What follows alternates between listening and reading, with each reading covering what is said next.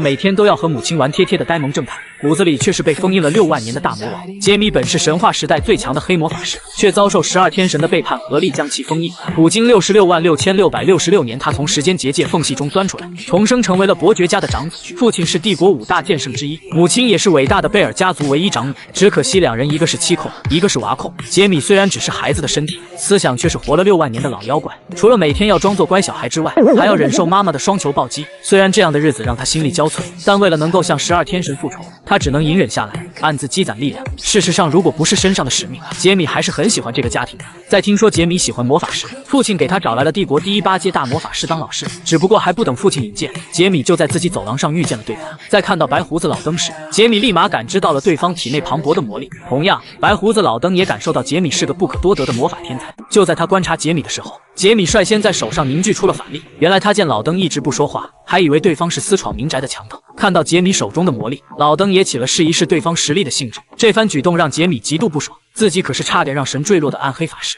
居然还有人敢试探自己。说着，一道紫色魔法飞快地朝对方打去，只可惜并无卵用，毕竟对方是个8阶大魔法师，而自己的水平顶多才是3阶。然而这一击却把老登看到兴奋起来，这真的是小孩能释放的魔法吗？随即便释放魔法攻向杰米，然而杰米却看穿了对方的把戏，这道魔法根本不是打向自己的。这番镇定的姿态让老登再次震惊。下一秒，一道剑光猛然落下，斩碎了老登的魔法。出手的正是杰米的父亲林莫尔。你这玩笑开得太大了！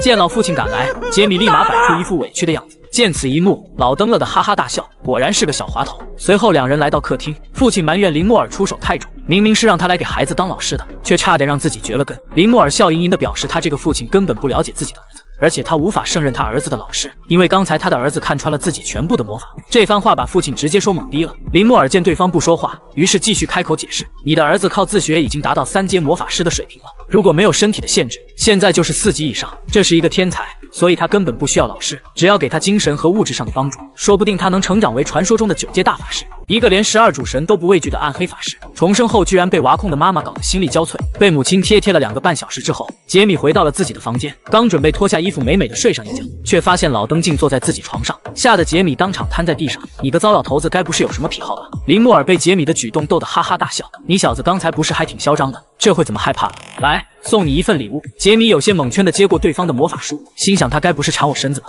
林莫尔告诉杰米，你现在的呼吸法已经 out 了，这本魔法书是我独创的呼吸法，现在就当见面礼给你了，我可是对你抱有很大期望的。说罢，老登一个闪现就消失在了房间里。法力呼吸是通过口腔来进行肺呼吸，从而将法力吸收后积累到心脏。虽然它是最有效的方式，但缺点在于呼吸量是有限的。杰米抱着怀疑的态度翻起了魔法书，可只是看了一眼，就差点原地爆炸。书上的内容是将法力切割成小碎片，通过皮肤来吸收，虽然效率极快，但入门门槛太高。不过作为神话时代的最强黑魔法师，这点问题可难不倒他。经过一阵仔细翻阅，杰米发现老登的呼吸法也有缺点，那就是法力需要粉碎的特别细，而且必须是在固定场所切割成固定形状才可以。以杰米现在的能力是无法做到的，但前世和他签订灵魂契约的异魔布莱克却能解决这个问题。就这样，杰米按照改良后的呼吸法开始了修炼。次日一早，父亲在看到房间内独自修炼的杰米时，整个人都呆愣在原地，法力在房间里不断缠绕。林莫尔究竟给了我儿子什么东西？不过话说回来，自己是剑士家族，居然生了一个魔法师孩子。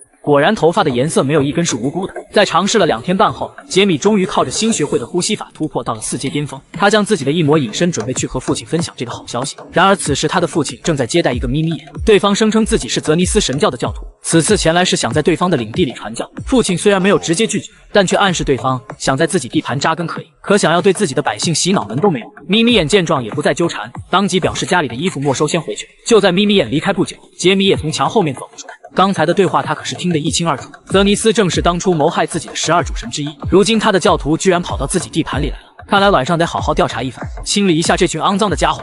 一个活了6万年的暗黑法师，居然要每天忍受妈妈的双球暴击，谁能打出这个字？我让他也来享受贴贴服务。被母亲蹭了10几次后，杰米好不容易熬到了夜幕降临。为了调查泽尼斯的事情，他是一刻也等不了了。此时在一处小巷子里，2个小嘎嘎正在讨论着如何跑路。原来他们是犯罪组织力霸的成员，专门负责贩卖人口的勾当。但这次的行动地点却威尔顿伯爵，也就是杰米父亲的地盘。2人深知一旦被抓，后果绝对爽歪歪。可暗黑街的规矩又使得2人不敢成为叛徒。就在他们为这件事焦头烂额的时候，杰米从拐角处走了出来，见自己的事情败露，小嘎嘎也慌了。二话不说就要杀人灭口。然而杰米只是轻抬手指，便将两人的心智控制住。本以为一个犯罪组织能够知道谢泽尼斯的事情，可除了贩卖人口，其他有用的情报一点没问出来。杰米不想浪费时间，索性对两人洗脑，让他们去父亲那里自首。然而还不等他走出巷子，两人就被一道魔法击飞了回来。转头看去，竟是一个老白毛出的手。杰米被搞得有些烦躁，我给这群家伙安排了事情做，你竟敢对他们这样！说着便释放出黑魔法为两人续命。可老白毛见状，却让手下将两人拖回来，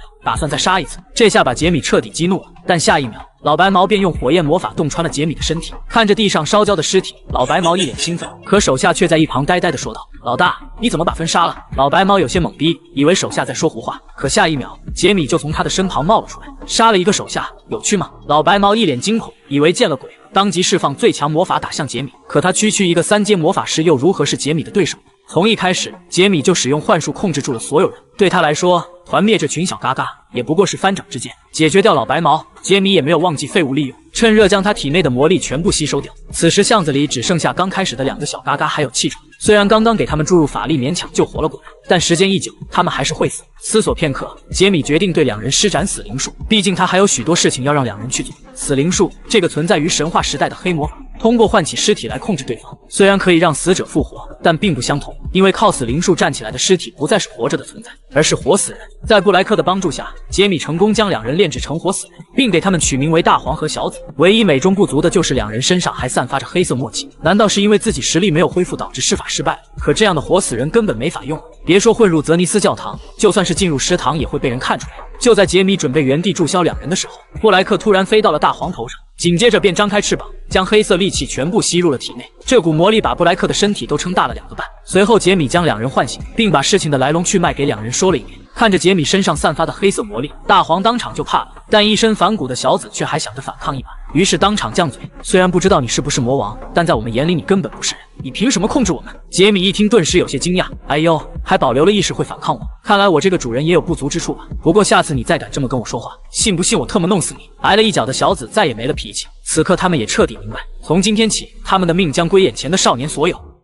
一个黑魔法师到底有多爽？不仅可以把尸体炼制成活死人，甚至力量也比生前强大不少。在给大黄和小紫下达寻找泽尼斯情报的任务后，杰米便回家休息去了。有了手下就是方便，没事在家打打球、嘬嘬奶，足不出户就能掌握外面的动向。很快，大黄和小紫那边就有了进展，他们抓住了一个力霸组织的中层干部，打算从他口中问出力霸老大的住址。毕竟力霸组织是数一数二的黑帮，他们的老大自然会知道一些泽尼斯教团的事情。杰米原本只是想当个甩手掌柜，只听最后的结果就好。可不料母亲告诉他，西蒙伯爵和他父亲举办大型舞会的日子马上到了，他们全家都得参加。于是杰米当天夜里立马找来了大黄和小紫。小紫向他汇报，泽尼斯神教刚刚建立，他们还没查到相关信息。不过力霸组织的一个干部被他们抓回来了，他知道当初老白毛来暗杀他们的事情，所以小紫认定对方一定是知情人。只可惜连续拷打了2天半都没能问出点有用的情报。听到这里，杰米径直地走了过去，剩下的交给我吧。说着，一股恐怖的黑色戾气弥漫整座房间。看着磕头如捣蒜的男人，杰米轻轻把手放在对方头顶，别害怕孩子，你只需要帮我跑一趟腿，现在去伯爵府举报你们组织的事情，听明白了吗？收到指令的男人如同行尸走肉，颤颤悠悠地朝外走去。做完这些，杰米让大黄两人先离开城镇躲一躲，并表示自己会离开几天，让他们老实一点。就在杰米刚刚离开仓库，小紫立马追了上来，他神情激动地大喊道：“我们到底变成了什么？我们力量比生前更强了，我们成了高级活死人了吗？”一连串的问题把杰米都给搞懵了，真是活久见。这种情况他也是第一次遇见，一般的活死人都会失去理智成为怪物，而这2个家伙却是个异类，不仅保留了人类的意识，就连身体也得到了强化。杰米笑着表示，他们是比一般人力气大点的僵尸，但是如果表现好的话，说不定会成为高级僵尸。听到杰米的话，两人顿时干劲十足。与此同时，伯爵府也炸开了锅，因为男人的举报，杰米父亲知道了力霸组织的罪行，愤怒的他当场处决了男人，就连舞会他也不得不办完事再去参加。所以第2天，只有杰米和妹妹还有妈妈3人前往了西蒙伯爵的舞会。西蒙伯爵和杰米的父亲年纪相仿，是7级大魔法师，同时也和他父亲是东部贵族势力最大的2个领主。他号称红莲法师，据说可以瞬间夺走数千条生命。听到母亲的话，杰米陷入沉思。不管是红莲法师还是7阶法师，他都没有太大兴趣。只是一次可以夺走数千生命的攻击力，的确有些耐人寻味。虽然这是有可能的，但并不容易。杰米很好奇这个魔法，看来这一趟要和西蒙伯爵好好聊一聊了。他是一击可以秒杀1000人的红莲法师，也是男主此刻最想见到的男人。在伯爵的舞会上，西蒙出场的那一刻，杰米就愣住了，这特么的根本不是7阶法师，对方散发出来的魔力几乎和林莫尔伯爵差不多。甚至还超过了对方。红莲法师果然名不虚传，可就是这么牛逼的男人，却生了2个蠢笨的儿子，实力弱的一批。他特么的好大喜功，整日想着如何讨父亲欢心，得到更多的关注。在晚宴上，西蒙的大儿子阿尔普邀起了杰米，表示对方以后是威尔顿的继承人，自己已经多了解一下对方。父亲不想打击他的积极性，让他多和对方亲近亲近。谁料阿尔普嘴上答应的很好，心里却想着如何让杰米跪在自己脚底板下。殊不知，他的邪恶想法全都被弟弟列侬看在眼里。吃过下午饭，杰米不想在喧闹的环境里，于是一个人来到了后花园。突然身后传来一个声音，杰米危机大作，手中凝聚出魔法光锥，猛然指向身后。可转过头，他才发现对方只是个小女孩，于是立马收起魔法。小女孩被刚才的举动吓得冷汗直流，她怒喝对方为什么不分青红皂白就攻击自己，要知道这样对待一个处女是十分不礼貌的。杰米一脸无语，快说你叫什么？还有刚才是如何出现在我身后的？谁料女孩这时竟傲娇起来，非不告诉杰米。但杰米这种钢铁直男可不会惯着她，直接一发空气弹打在对方脚下，并表示不想死就赶紧说。听到杰米威胁的话，女孩顿时就慌了，她赶忙说出自己的身份，她叫艾什巴莱，是巴莱子爵家的2女儿，同时也是精灵师。听到这里的杰米也是愣了一下。精灵师是与自然中诞生的精灵缔结契约的术士，一般来说，精灵师10岁以后才会修炼亲和力。没想到对方和自己年纪相仿，就已经和风精灵缔结契约了。看来也是个不可多得的天才，要是正式修炼，说不定能和精灵王缔结契约。搞清了对方的身份，杰米也开始了自我介绍。同时，他向对方表明他的父亲巴莱子爵是自己父亲的手下，这让艾什当场愣住。他喵的没说是来拼爹的呀！随后，杰米便一个人闲逛起来。可不管走到哪里，艾什始终跟在自己屁股后面，这让他有些恼火。你特么的跟着老子干什么？艾什一脸焦急地表示自己只是想和他交朋友。听到这里，杰米顿时愣在原地。他喵的，老子需要朋友吗？但紧接着他就释怀了，自己活了上万年，可对方只是一个小孩，有这种想法也很正常。但这些都与自己无关。感情这种东西一旦产生，就会让人脆弱。过去的自己如果不是因为没有抑制住这种感情，就不会一败涂地。甩开了哭闹的艾什，杰米打算回到宴会厅。可就这时，一个不和谐的声音传了过来，转头看去，竟是正在作死的阿尔普。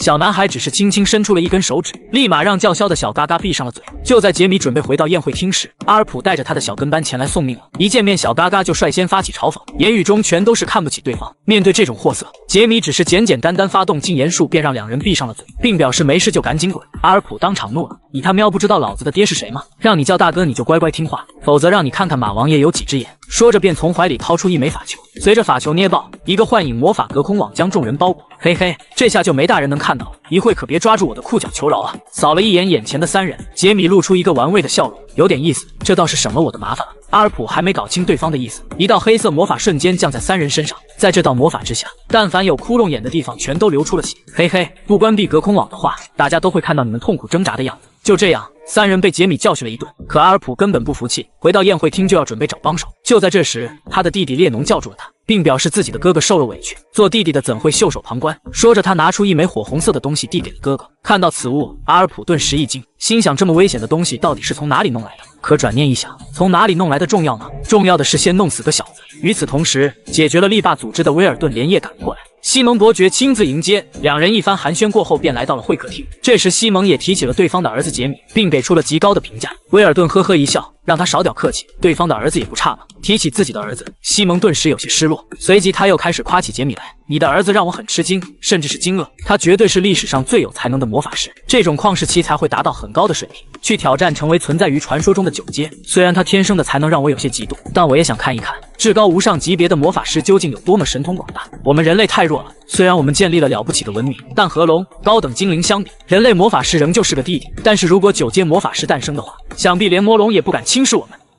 ”8岁的孩童却是活了6万年的魔王，曾经的他连12主神都不畏惧，如今为了恢复实力，不得不伪装成伯爵家的乖小孩。在西蒙伯爵的宴会上，杰米正愁着这场舞会何时结束，艾什就再一次找到了他，而且这次他连他姐姐也带过来了，这让杰米的脸都黑了，当场起身准备离开。可就在这时，艾什的姐姐丽贝卡突然走了过来，看到对方的那一刻，杰米当场亚麻呆住。艾什见杰米愣住，还以为他在缠姐姐的身子，可哪会知道自己的姐姐正是杰米爱了一辈子的女人，更是为了他牺牲在了众神手里。可他为什么会变成小时候的模样出现在自己面前？就在杰米为这件事感到疑惑的时候，阿尔普的作死小分队再次登场。随着他催动在弟弟那里拿来的红色道具，一团炽热汹涌的火焰猛然朝杰米袭去。见此一幕，杰米当场怒了，你特么的别来妨碍老子！话音落下，火焰便消失殆尽。阿尔普一脸呆滞，这可是父亲亲手制作的6级火焰魔法道具凤凰带，他为什么能够挡下来？可不等他想明白这些，杰米已经动了杀意，冰系魔法瞬间弥漫在阿尔普身上。2阶魔法师的他根本没有反抗的余地，死亡对他来说也不过是时间问题。就在这关键时刻，杰米的父亲突然出手拦下了他。原来从一开始他们进入舞厅就看到，只是没想到事情发展的这么快。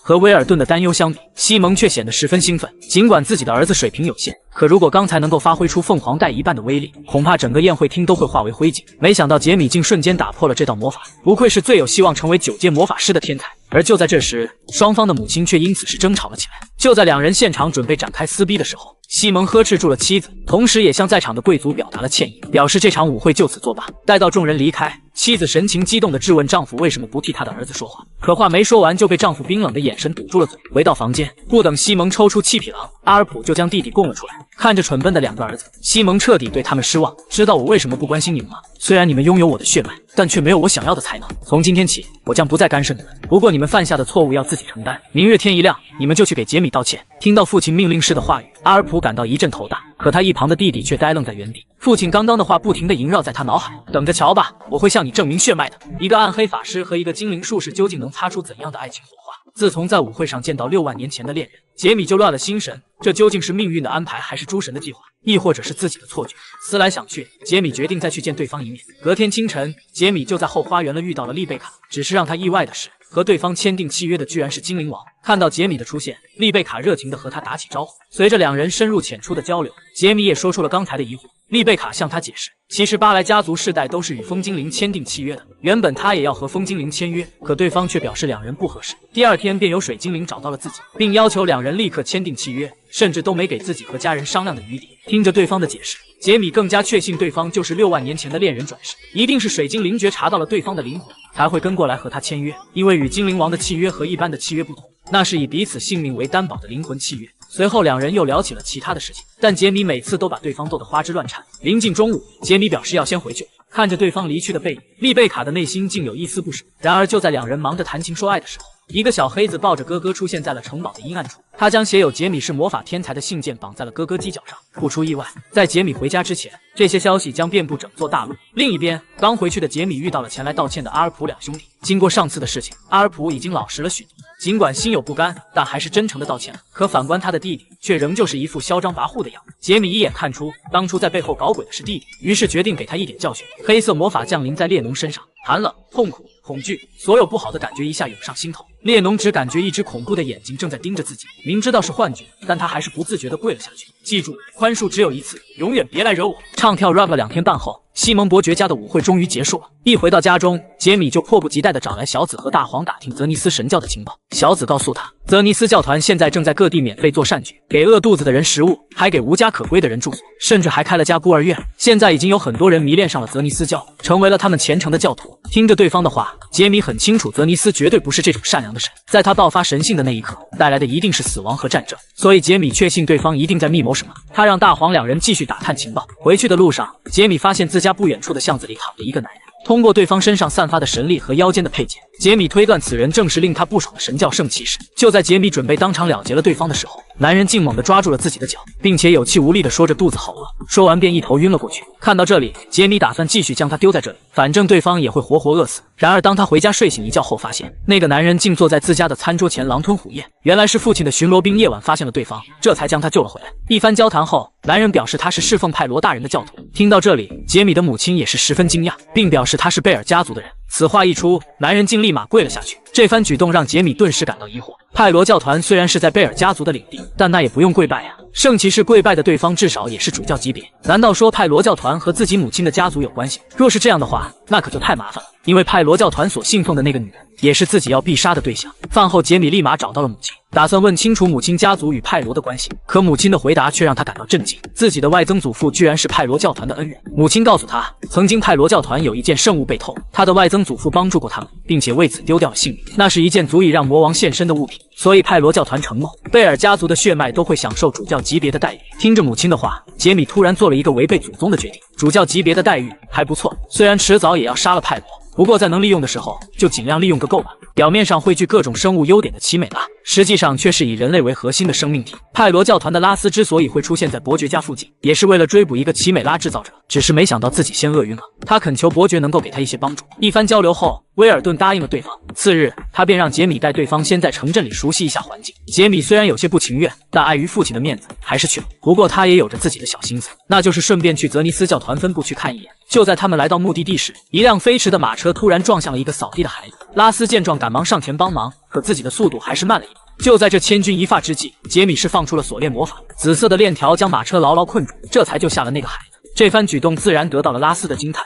被救下的孩子名叫瑞奇，专门负责神教的扫地工作，同时也是住在泽尼斯孤儿院的孩子。在得知两人准备前往泽尼斯教团时，瑞奇自告奋勇当起了导游。然而当他们几人来到教团见到修女后，对方却警觉起来，尤其是在听到拉斯是派罗教团的人后，眯眯眼瞬间成了瞪瞪眼。这细小的动作自然没能逃过杰米的眼睛。随后修女表示让瑞奇带杰米去参观孤儿院，而他则带着拉斯去参观神教。杰米猜到对方是想分开两人，于是他故意当着修女的面表示一会带拉斯和他父亲用餐，以此来暗示对方拉斯不能在这里出事。在这之后，瑞奇带着杰米来到了自己房间门口，表示要把异父异母的亲妹妹介绍给他认识。杰米本来有些反感，可当女孩出来的那一刻，杰米顿时愣住了，因为他从对方的身体中感知到，他天生就具有做圣人的资质。圣人是上天赐予的神之代理人，这些人的一些身体部位生来就具备强大的神性。瑞奇的妹妹安娜虽然是个瞎子，但那也是因为强大的神性导致，只要觉醒圣人之力，她就能通过神之眼看到世间的一切动向。想到这里，杰米变得紧张起来，因为这种人一旦成长，必将会成为麻烦的敌人。男孩第一次见到瞎眼少女就没忍住要杀了她，只因女孩的眼睛天生具有神力，一旦觉醒将会成为神之代理人。杰米刚要动手，但转念一想，这种事情他都能察觉，泽尼斯教团的高层神职人员不可能不清楚。随后他在瑞奇的口中了解到，他曾是力霸组织的小喽啰，现在最大的梦想是成为泽尼斯教团的司机。结合之前得到的线索，杰米推断泽尼斯正是在利用这群孩子。与此同时，拉斯也在参观神教时发现了一些端倪。就在两人准备离开的时候，眯眯眼突然带着一个全副武装的骑士走了出来。同样身为教团圣骑士，拉斯对神性的感知特别敏感，只是让他疑惑的是，对面骑士身上的神性虽然强大，但却杂乱无章。回到伯爵家里，他将白天发生的事情和威尔顿说了一遍。他怀疑白天见到的那个骑士就是使用神力的奇美拉。为了不打草惊蛇，威尔顿将守护家族的影子骑士借给了拉斯，表示必须揭开泽尼斯教团的真面目。与此同时，杰米通过布莱克的偷听也知道了泽尼斯就是制造奇美拉的罪魁祸首，于是他当即下令让布莱克将大黄和小紫找来。此时在泽尼斯神教旁边的阁楼里，大黄和小紫正在密切观察着对面的动向。突然一阵脚步声快速传来，两人警觉地回头看去，只见白天的那个骑士正手持长剑朝两人冲杀过来。感知到对方体内的神性，小紫深知两人不是对手，于是他当即将大黄推出窗外，让其赶快向主人汇报。也正是因为这样，小紫被骑士的长剑砍中。就在他以为马上死在这间阁楼里时，法阵从天而降，杰米闪亮登场。打狗还要看主人，他喵的是不是给你脸了？一套黑魔法连招下去，骑士已经不堪重负。就在杰米将他锁住准备摘下头盔的时候，骑士突然发动了自爆。杰米见状施展黑暗手欲要遏制住对方的行为，可对方喷发的神力过于强大，若非布莱克护住自身，杰米也要受伤。自爆后的骑士露出了奇美拉真身，杰米见状火力全开，锁链魔法将其牢牢困住。就在杰米发动死亡浪潮准备将其解决的时候，对方的体内突然弹射出一团小蓝焰，快速的从窗口逃走了。杰米看着窗外并未去追，他根本不担心对方能逃出他手掌心，一旦被黑暗手抓住，全身都会染上黑色法力，无论何时他都可以再次找到他，而且对方也不会发现自己留下的痕迹，因为他的力量从一开始就是为神杀创造的黑魔法，把虫子的生殖器融合在少女肉体上，哪怕是王守义来了也得闻一闻这13香不香。奇美拉的本体虽然逃了，但肉身还在，杰米将其带回家中进行了解剖。在看清这具尸体的构造后，杰米彻底怒了，那群神果然还是把人类看成寄生虫一样。与此同时，从杰米手中逃脱的奇美拉本体逃回了泽尼斯神教，在看到对方时，眯眯眼像是死了爹一样的难受。这可是他花费了无数心血混合4个生物制成的专家级奇美拉，如今就这么被打得只剩下一个本体，难道是威尔顿伯爵？这个想法一出现，立马就被眯眯眼否决了。如果是剑圣出手，本体根本不可能活着回来，而且他和本体的链接一瞬间就被打断，没有阻断魔法是不可能办到的。况且对付专家级的奇美拉，魔法师的水平至少要在5级以上。眯眯眼实在想不出城里有谁可以做到，于是他索性不去管这些，当前最重要的是为本体恢复肉身。现在眯眯眼手下拥有圣女资质的安娜无疑是最好的材料，但他并不想将它浪费在奇美拉身上，于是他将瑞奇定为了下一个人选。第二天，眯眯眼便来到教堂宣布了这个消息。在得知自己被选为神的司祭时，不明真相的瑞奇还以为撞了大运，他他想把这个好消息分享给当初救了他的杰米和拉斯，于是当天就来到了伯爵家里。得知此事的两人并没有将真相告诉瑞奇，而是分头开始了行动。制作神性奇美拉需要3个特定条件：成为材料的祭品、负责实验的制作者以及注入神力的高层司机。杰米知道这附近只有一个高层司机，那就是作为主教的眯眯眼。如今拉斯和影子骑士们已经在跟踪瑞奇的马车了，所以清剿实验室任务交给他们，自己则去处理主教。此时的眯眯眼还不知道他已被死神盯上。正当他准备隔空施法为瑞奇注入神性的时候，一道恐怖的气息突然将他的手臂拉了回来。眯眯眼咒骂一声，当即释放出一道法阵。这是主教级别的战斗圣地，在这个范围内，对手将无法施法，而司机的力量也会呈几何倍数增长。他快速杀向杰米，势必要将这个妨碍自己计划的小孩做成新的材料。可是拳头还没打中对方，他就被一道黑色魔法困住了手腕。眯眯眼一脸震惊，他怎么还能施展黑魔法？杰米发出一声轻笑，呵呵，今天就让你看清楚，你所谓的圣地是多么的可笑。这个男孩太强了，仅是一脚便踏碎了主教级别的圣地。眯眯眼还未从震惊中回过神来，就被杰米用魔法击飞出去，真是垂死病中惊坐起，小丑却是我自己。宛如恶魔的杰米一步一步走向自己，可即便这样，眯眯眼仍旧选择嘴硬，表示自己什么都不会说的。听到这番话，杰米兴奋地笑了起来，你是不是搞错了？老子根本不需要你的同意，我只要敲开你的天灵盖看一看就知道。与此同时，一个头上长满痔疮的男人正在地下室里发着飙，他是专门负责实验的奇美拉制作者。可现在时间已经推迟了这么久，眯眯眼还没将本体送来，这让他不禁怀疑哪里出了问题。而且更让他糟心的是，实验室外面突然闯进来一群骑士，自己辛辛苦苦制作的奇美拉已经死了4只了。另一边，杰米在探查完全部秘密后，对眯眯眼进行了加强洗脑，并让他主动去伯爵府自首。处理完这些，他将自己变身为眯眯眼的模样来到了实验室。痔疮哥刚要发怒，但看到受伤的眯眯眼时也是愣了一下。杰米哄骗对方说自己遇见了一个奇怪的小子，刚刚费了一番功夫解决了对方才会迟到。志哥让他赶紧将本体给他，再拖延下去就要妨碍实验了。谈话间，警觉的志哥突然意识到眯眯眼不是本人，当即发起了进攻。杰米也没想到，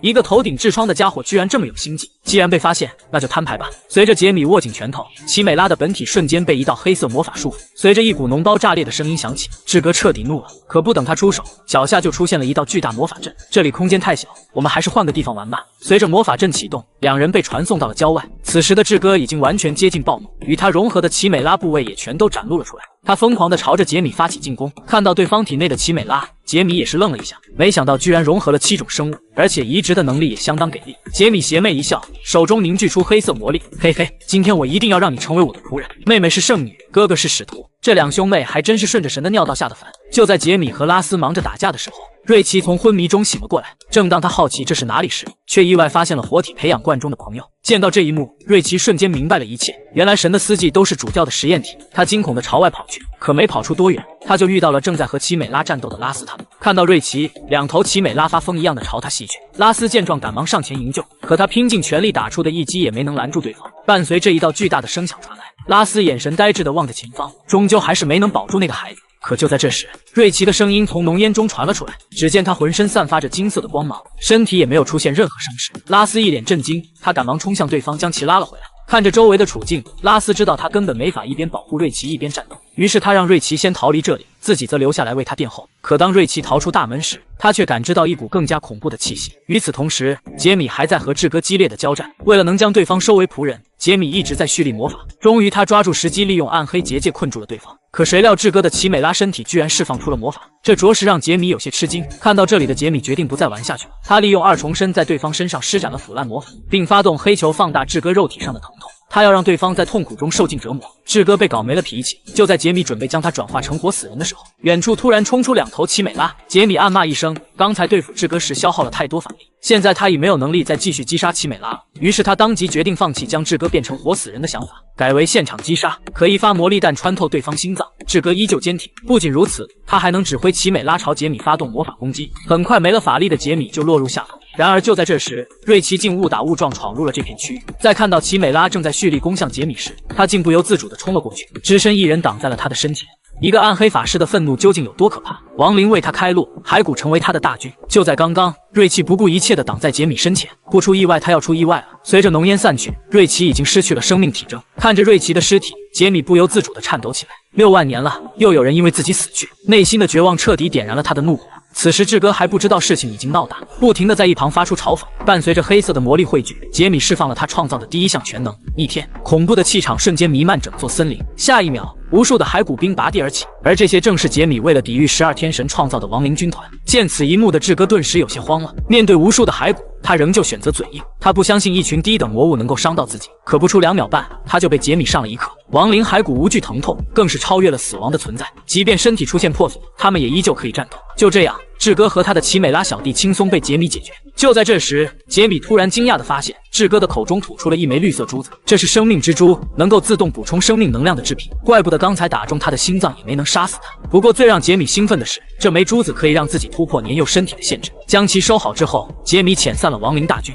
可紧接着魔法带来的副作用让他当场口吐精血，但即便这样，他也仍旧坚持不让自己昏迷过去，因为现在他还不能让瑞奇就这么死去。来到对方身前，杰米发动了死灵术，准备将瑞奇化为活死人留在身边。可技能才发动到一半，一道金光自瑞奇体内爆射而出，金光还未散去，一个女人的声音突然响起：知不知道她是神的使徒？你是在和我抢东西吗？抬头看去，杰米顿时愣在原地，因为眼前的女人不是别人，正是他复仇名单上的12诸神之一的派罗女神。这个胸前顶着2座大山的女人是12天神之一的派罗女神，如今却为了一个毛都没长齐的小屁孩降临人间。在看到曾经的仇人时，杰米的 CPU 都快要烧坏了，真他喵的大呀！派罗怒斥杰米为什么要把他的东西变成活死人，杰米表示他只是不想让那个小子死。这句话瞬间激怒了派罗，难道活死人就不是死人吗？你这是在侮辱死者！听到这句话的杰米也彻底怒了，不把生命当回事的不应该是你们吗？牺牲了全人类的家伙不就是你们12天神吗？杰米的怒喝让派罗顿时愣住，他支支吾吾的否认不是他。不等杰米看出端倪，派罗立马转移话题，表示瑞奇是他在人世间的使徒。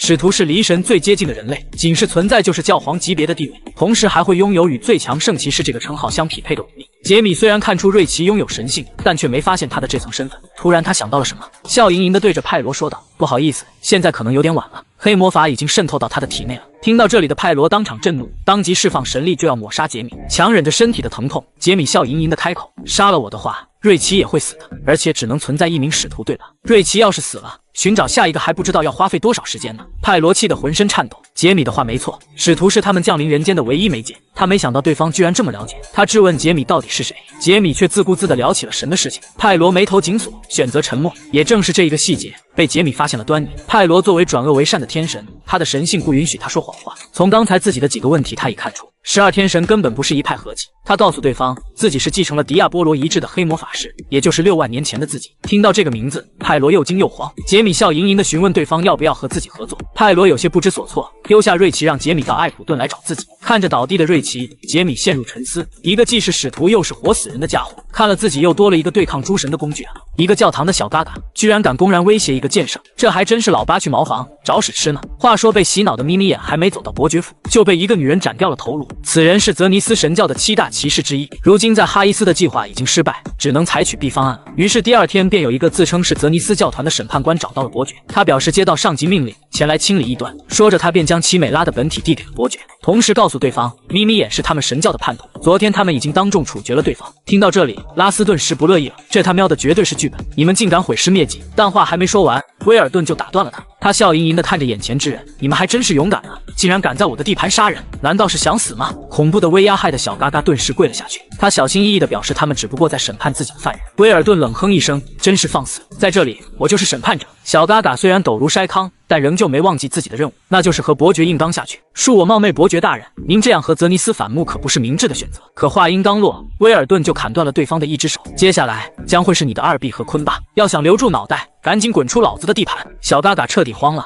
一言不合就杀人，这和领导说的怎么不一样啊？此时拉斯也明白过来，从一开始伯爵就没提起美拉的事情，反而一直强调统治领地的领主立场，这个理由完全足以让泽尼斯无话可说。看着一脸决然的伯爵，小嘎嘎知道此事已经没有商量的余地，于是带着自己的断手灰溜溜的离开了伯爵府。之后的几天里，泽尼斯赔偿了巨额金币便撤离了，而拉斯也找到了瑞奇，并郑重地朝他跪拜下去。原来拉斯是派罗教团的神性执行官，在派罗女神降临的那一刻，他就感知到了，他收到神谕来迎接女神的使徒，并表示会护送他到艾普顿，而他的妹妹安娜也会一并接过去。拉斯告诉瑞奇，作为圣女的安娜，相信用不了多久她就能觉醒神性，恢复视力。听到这个消息，瑞奇激动地抱紧了妹妹，可他根本不知道，使徒和圣女的同时出现是大乱的前兆。他人前是个喜欢撒娇卖萌的乖乖子，背后却是掌管万千亡灵大军的暗黑法师。为了能让母亲带他去住在艾普顿的外公家里，他像头小野猫一样扑进妈妈的怀里，不想这一举动并没得到妈妈的满足，非得要他摆出可爱的造型才会答应。无奈的杰米只能硬着头皮照做。一想到他堂堂大陆第一黑魔法师居然会做出这种动作，他恨不得马上钻进妈妈的小缝里。可他并不知道，杰米的外公早就给他父亲写来了信件，要求见他一面。次日一早，杰米便和他的母亲还有妹妹出发了，同时一起的还有拉斯和瑞奇兄妹两人。在临走前，杰米还特意消化了生命之珠，突破6阶法师也不过是时间问题。在经过玛雅特瑞山脉的时候，拉斯给众人说起了一个传说故事。在远古时代，这里曾出现过2条龙，一条是邪恶的黑龙，一条是善良的蓝龙。蓝龙玛雅特瑞有一个心爱的人类魔法师，可是人龙注定无法在一起。于是得知此事的龙族派出黑龙暗杀那位魔法师。最终在激烈的战斗下，这片区域的山脉被分成了好几段。人类虽然击退了黑龙，但玛雅特瑞的恋人却丢掉了性命。就这样，玛雅特瑞送走了他的恋人，据说他还在这里守护着对方的坟墓。而这座山脉也被人们称为玛雅特瑞。听完这个故事，大家都是呵呵一笑，但只有杰米内心清楚，这一定是真实存在的事情。就在这时，天空突然降下一道雷电，一棵枯树被击断，直接砸向了杰米的马车。母亲和妹妹一不留神跌下山谷，杰米见状施展法术将其拉扯回来，可刚救回母亲和妹妹，自己的周身却出现了法力燃烧。这是一种可以让魔法师变无力的高等魔法。恍惚间，杰米听到脑海里传来一道声音：“你是龙吗？”还不等他反应过来，他便掉进了水潭之中。不知过去多久，杰米在一处山洞中醒来，而他的双手也被魔法锁链牢牢捆住。就在他诧异这是什么地方的时候，一个长着触角的女人突然走了过来，而此人正是传说中的蓝龙玛雅特瑞，曾经骑龙弄凤的最强法师，如今却成了蓝龙的阶下囚。玛雅特瑞之所以抓来杰米，是因为他感知到对方的呼吸法和龙很相似，以为对方也是一头龙。可在确认了杰米的指引后，发现自己搞错了。他质问杰米是如何学会这种呼吸法的，杰米一脸无语，他喵的自己玩魔法的时候你还是个蝌蚪呢。一番争吵过后，杰米也猜出了对方的身份，他反问玛雅特瑞为什么要抓龙。谁料说完这句话，对方的气场立马变了。玛雅特瑞愤怒地表示，他要杀光世界上所有的龙。原来在700年前，一名叫做加伦的黑魔法师，凭借人类之躯达到了9阶水平。他与玛雅特瑞相遇，一起探寻遗迹，寻找世界的真相。最终两人坠入爱河。起初他们一度十分幸福，直到洛德这条龙下达命令后，一切都变了。修习白魔法的龙爱上了修习黑魔法的人类，这本身就违反了龙族的规定。为了杀掉加伦，所有的龙都行动了起来。虽然加伦和玛雅特瑞逃走了，但却无法在一起。他们所躲藏的那个遗迹只能接受一个存在，有着很强的制约。回到龙族的玛雅特瑞被流放1000年，原本对龙来说1000年并不漫长，然而10几年后，前来拯救玛雅特瑞的加伦已经寻找到了世界的真相。他内心一度陷入崩溃，尽管救出了玛雅特瑞，可他还是因为伤势过重死在了这片大山中。原本玛雅特瑞打算就此安静过完余生，可没想到龙族竟然开始抹掉关于加伦的一切，他留下的记录甚至是见过他的所有人。为了守住加伦的痕迹，玛雅特瑞便留在了这里。听完这段故事，杰米突然想到了什么，怪不得复活以来自己就没听到过关于黑魔法师的故事，原来这一切都和龙有关。难道当年加伦找到的真相也是有关自己的吗？想到这里，杰米突然想去加伦的坟头看看。他表示同为魔法师，他想缅怀一下对方。玛雅特瑞愣了一下，随即便答应了下来。然而让杰米想不到的是，6万年前他所制造的3大神器之一，此时正静静地插在加伦的坟头上。能够对抗12天神的神器，居然放在一个死人的坟头上，这是一件对瘟疫和诅咒绝对免疫的手镯。同时也是杰米在6万年前打造的3大神器之一，只是没想到竟在这里发现了它。看来当初加伦一定是发现了自己的存在，可如今当着玛雅特瑞的面，如何才能把手镯拿过来呢？总不能说这玩意是自己造的吧？思来想去，杰米笑着询问加伦还留下过别的东西吗？玛雅特瑞告诉他还有一本日记，但是没有什么意义，因为日记上面什么都没写。看到日记，杰米刚要上手就被玛雅特瑞打断，他让杰米不用费心思，日记上的封印人类很难解开。就在他准备带杰米离开这里的时候，一股黑色的魔力突然从杰米身上弥漫开来。见此一幕，玛雅特瑞一脸震惊，居然是黑魔法，其中的不祥之力甚至超过了当年的加伦。在他惊愕的眼神中，杰米已解开了日记的封印。日记中记载着他和玛雅特瑞深入浅出的爱情故事，同时还有他发现世界真相的过程。那是一座有着6万多年历史的石碑，而石碑上的字正是杰米参加诸神之战前刻下的。只不过让杰米好奇的是，石碑上的加尔蒙是什么地方？他可不记得自己写过这句话。难道有人在加伦之前就发现了自己的存在？不过话说回来，加伦这个人的确很厉害，仅凭一个手镯就能找到12天神隐藏起来的秘密。看清日记内容的玛雅特瑞已是泪流满面。杰米刚要安慰2句，他便反应过来，你的黑色法力到底是什么？我找过无数的黑魔法师也没能解开上面的封印，虽然我不想承认，但刚才你身上散发的不祥之力正是加伦所追求的理想力量。听到这里，杰米知道对方已经上套，于是他谎称自己是继承加伦遗志的魔法师。听到这里的玛雅特瑞无力地瘫坐下去，既然这样，你也打算和12天神作对吗？此话一出，杰米的思绪顿时回到了6万年前。6万年了，哪怕是在死亡的瞬间，自己都没有动摇过灭掉12天神的想法。所以这一世自己绝对不会放弃。得到了杰米肯定的回复后，玛雅特瑞将手镯交给了他，并表示希望他能继承好加伦的遗志，同时在对抗12天神的时候，他会赌上一切帮助杰米。看着手腕上嗡嗡作响的手镯，杰米内心止不住的兴奋。老朋友，好久不见，你是在向我打招呼吗？身为大陆第一黑魔法师，却在一天内连续被人绑架2次，这他喵的叔能忍，沈绝对不能忍。话说杰米从蓝龙那里回来，就遇到了正在寻找他的拉斯，他让对方帮他保守秘密。之后在母亲的一顿双球暴搓下，众人继续开始上路。途中经过塞尔丹王国，大家在博奥伯爵家住了下来。期间杰米嫌瑞奇太粘人，便一个人来到街上闲逛，却不料被2个小嘎嘎给盯上了，只因他们看到了杰米手腕上的手镯。杰米正愁着太过无聊，结果就有人上门给他解闷，于是他决定将2人炼制成活死人。可还不等他施法，身后突然出现一个传送阵，一双小手一下便将他拉了进去。下一秒，杰米出现在了一个实验室里，而出手的正是他眼前的粉红头发女孩。杰米当场怒了，他喵的敢绑架老子，你活够了是吧？说罢不顾对方的求饶，杰米打出了一道攻击魔法。可当魔法靠近对方时候，他竟惊讶地发现女孩体内有黑魔法护体。杰米停下手中动作，质问对方是什么的干活，结果女孩竟委屈地哭了起来。她告诉杰米，她是怕刚才的2个黑魔法师抓走她，所以才出手帮她的。杰米冷笑一声，少他喵的装清纯，你身上也有黑色法力，我看你们是一伙的，该不是想和老子玩仙人跳吧？女孩支支吾吾地说自己不是她想的那样，说着便要转身离开。可杰米又怎会放她离开？看着宛如死神的杰米，女孩慌了，她一股脑将自己知道的事情全都抖了出来，甚至连底裤的颜色都交代了。可杰米并不打算这样放过她，别人说的和自己看到的能一样吗？黑色的法力在手上弥漫开来。看到这里，女孩竟停止了抽泣。这种黑色法力是怎么制造出来的？为什么没有令人不快和扰乱生命的感觉？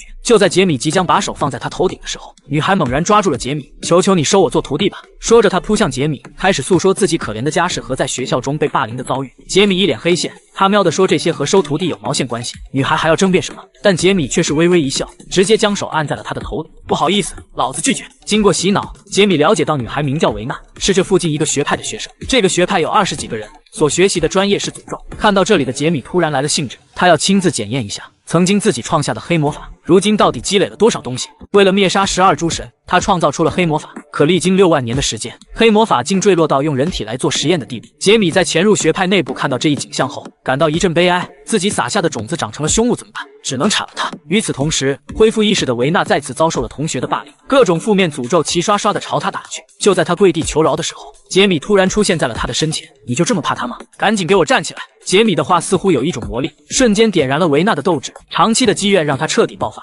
小嘎嘎的惊讶只是一闪而过，一个常年被自己欺负的家伙能爆发出多大的能耐？接着他便朝着维娜再次打出一道魔法，但这一次杰米出手了。不顾小嘎嘎的叫嚣，杰米淡定地回头看向维娜，机会只有一次，如果把握不住，可就没下次了。此话一出，维娜的眼神瞬间骤变。与此同时，在学派长的房间里，一个白发男人兴奋地站了起来。太好了，维娜终于觉醒为女武神了。另一边，杰米也发现了维娜身上的变化。女武神是被称为战斗精灵的高等精灵族，其强大的力量可以对12神发起战争。可是这一族不是在诸神之战中灭绝了吗？看来是这里的学派长家夫干的好事。为了方便以后使唤他，故意压制他的性格，毕竟女武神一族基本上都有好胜心。就在这时，房间内突然响起警报，家夫的声音传了出来：大家把维娜带到我的房间，允许轻微受伤。在这道指令下，学校里所有的小嘎嘎全都冲进了房间。杰米笑盈盈地告诉维娜，看清楚了吧，这里的所有发生的事情都是学派长安排的，现在开始释放你本性吧。说着，他便一脚将维娜踢进了人群。小嘎嘎的诅咒魔法疯狂地朝维娜袭来，但觉醒后的他身体异常敏捷，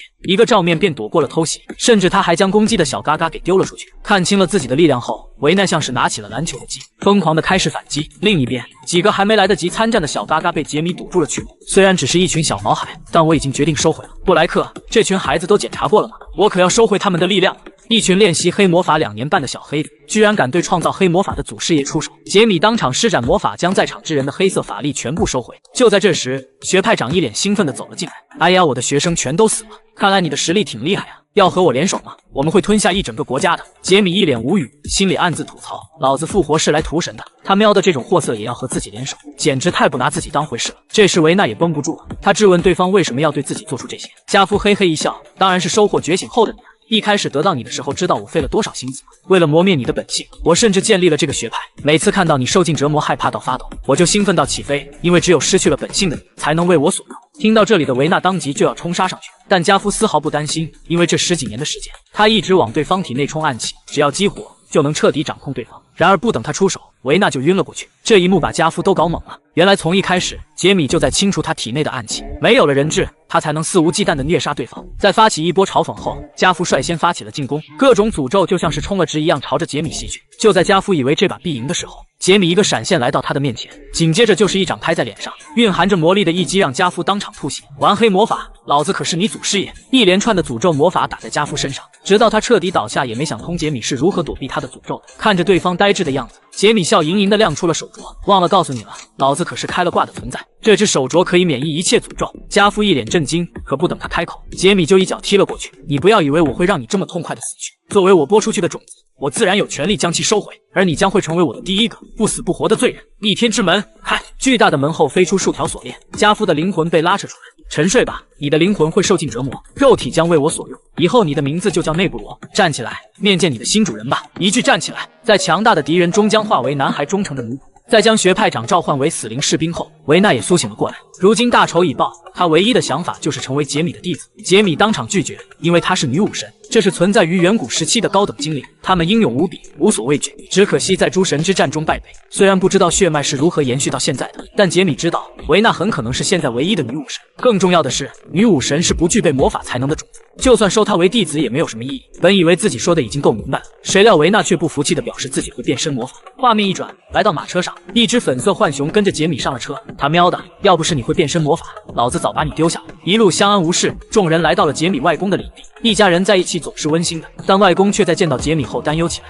他能看出杰米身上蕴含的魔法天赋，相信用不了多久，全世界都将以杰米为中心。但巨大的才能也会引起人们的贪欲。虽然现在自己的女婿能挡住这些，但总有一天会达到极限。所以外公决定将杰米外婆的项链送给他，哪怕不能成为他的盾牌，也会给他充分的帮助。就在外公与母亲谈论杰米的时候，杰米已在房间里发起了飙。自从回到家里，维纳就恢复了人形，不仅霸占了他的床，还撅着屁股要蹭蹭。这他喵的真是后羿拿大功，找日呢！就在他准备现场教训一下对方的时候，一股强烈的杀气直逼天灵盖。杰米心头一惊，径直地跑出房间。他感知到这股杀意是朝着母亲房间而去的，难道是泽尼斯教团的偷袭？一阵疾跑，杰米发现一个高如大山的男子出现在母亲门口。杰米二话不说，当即发动融合魔法。这股动静也惊动了房间内的外公和母亲。杰米知道，想要在不暴露实力的情况下干掉对方很难，现在只能拖住对方将母亲带走。可他的魔法还未打中对方，男人就一把将自己提了起来。小鬼，见识完你的实力，现在该我了。杰米一脸震惊，太强了，看来只能使用黑魔法了。就在杰米准备释放魔法的时候，房间的大门突然打开，母亲和外公都是一脸的懵逼。杰米，你怎么这么无礼？你都不知道他是谁就敢直接出手，这简直太丢家族的脸了。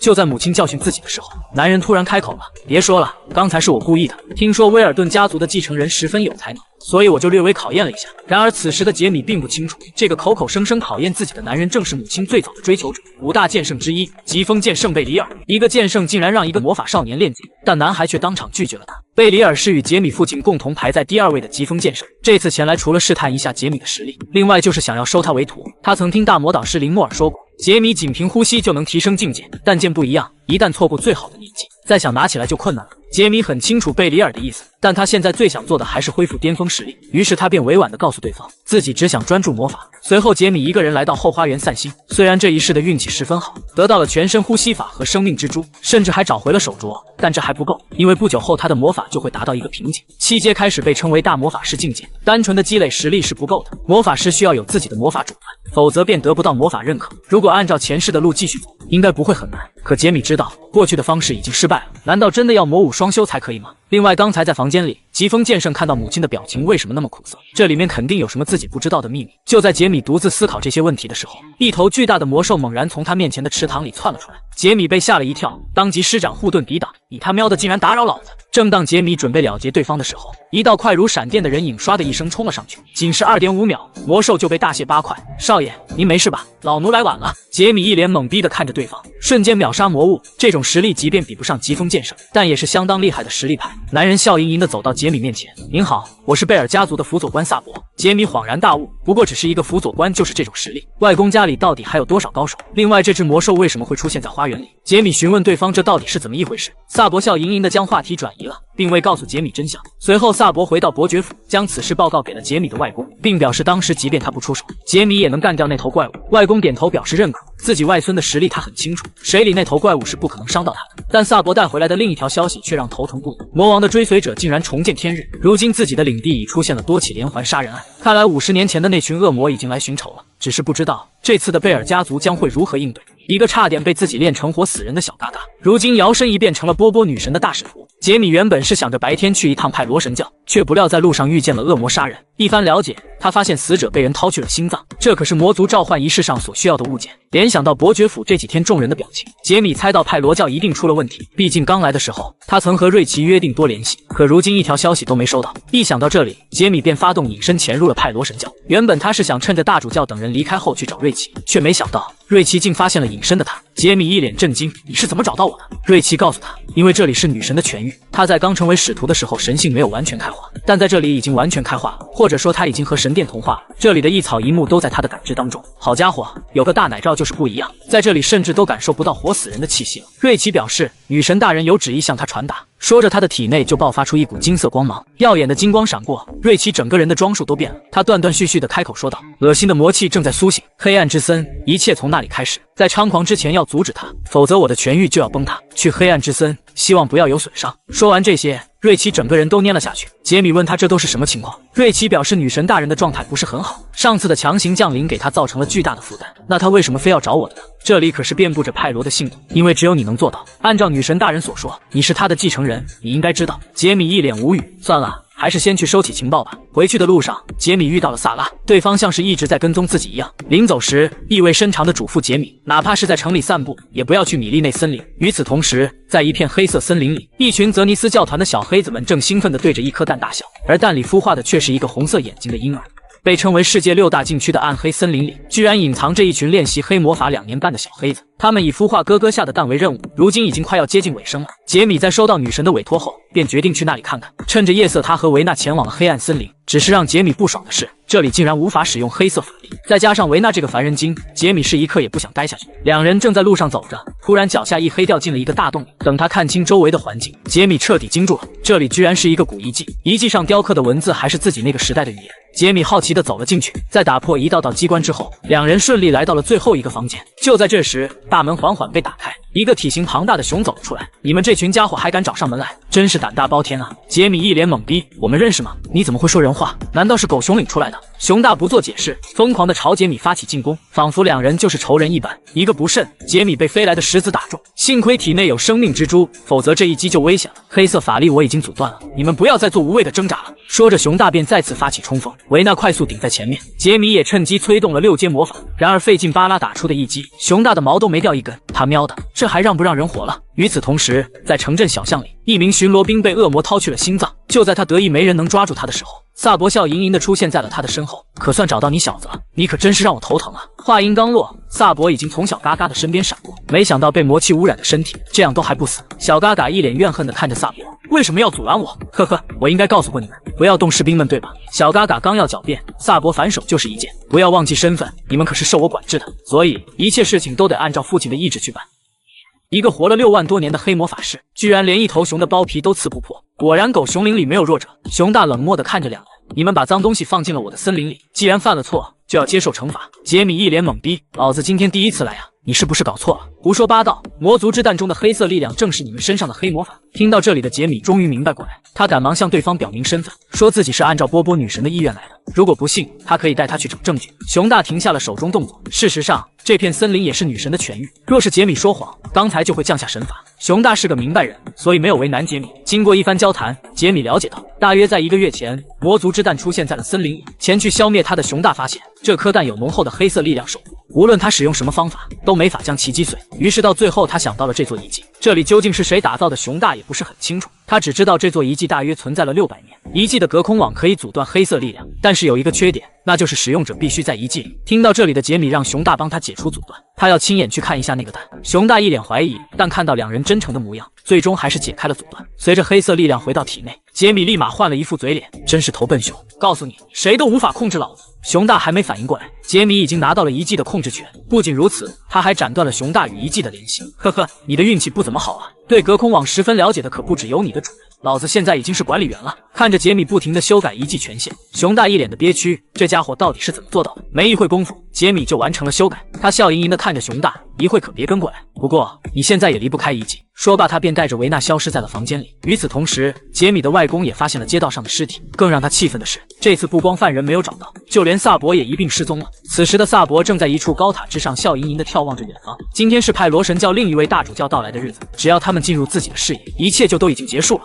男人6万年前随手写下的魔导书，如今竟成了侵蚀神明的黑色力量。从遗迹里出来的杰米在发现魔弹周围的黑色力量时，也是愣了一下。屏障上传来的文字分明是他6万年前写在魔导书上的句子。更让他诧异的是，自己只有触碰到这道屏障时，才会涌现出魔导书利维坦的记忆。要知道，魔导书曾经也是自己身体的一部分，看来自己的记忆是不完整的。想到这里，杰米拿出一枚戒指交给维纳，并表示这是从遗迹里发现，戴上它注入法力就会改变戒指形态。接下来他要开始吸收利维坦的力量，而维纳需要帮他护法。拿到戒指的维纳只是稍微施法，戒指就化为了一柄大锤。而就在这时，一道剑芒猛然袭来，杰米心头一惊，让维纳赶紧帮自己抵挡。手握大锤的维纳当即冲了上去，但一击过后，一个女人笑盈盈地走了出来。杰米感受到对方是泽尼斯神教的人员，让维纳多加注意。然而维纳虽然身为女武神，但却缺乏战斗经验，一番交战下来，他已是伤痕累累。杰米有些看不下去了，可一旦出手帮忙，之前的吸收都会功亏一篑。就在他纠结要不要出手的时候，维纳突然制止了杰米。对他来说，这就是一次考验，一次改变自己的考验。他笑盈盈地看着对方，在女人懵逼的眼神中，维纳发动了最基础的诅咒魔法，感觉逆转。女人只是略微吃惊，随后便挥动了手中扩剑，一声响彻天际的爆炸在森林里响起，周围的树木全都燃起了火焰。维纳奄奄一息地躺在地上，刚才已经拼尽全力，却仍旧无法阻止对方，终究是自己太弱了。女人笑盈盈地走向维纳，区区肮脏的黑魔法师，竟敢在我身上留下伤口！既然你要保护那个孩子，今天我就在你面前将他千刀万剐！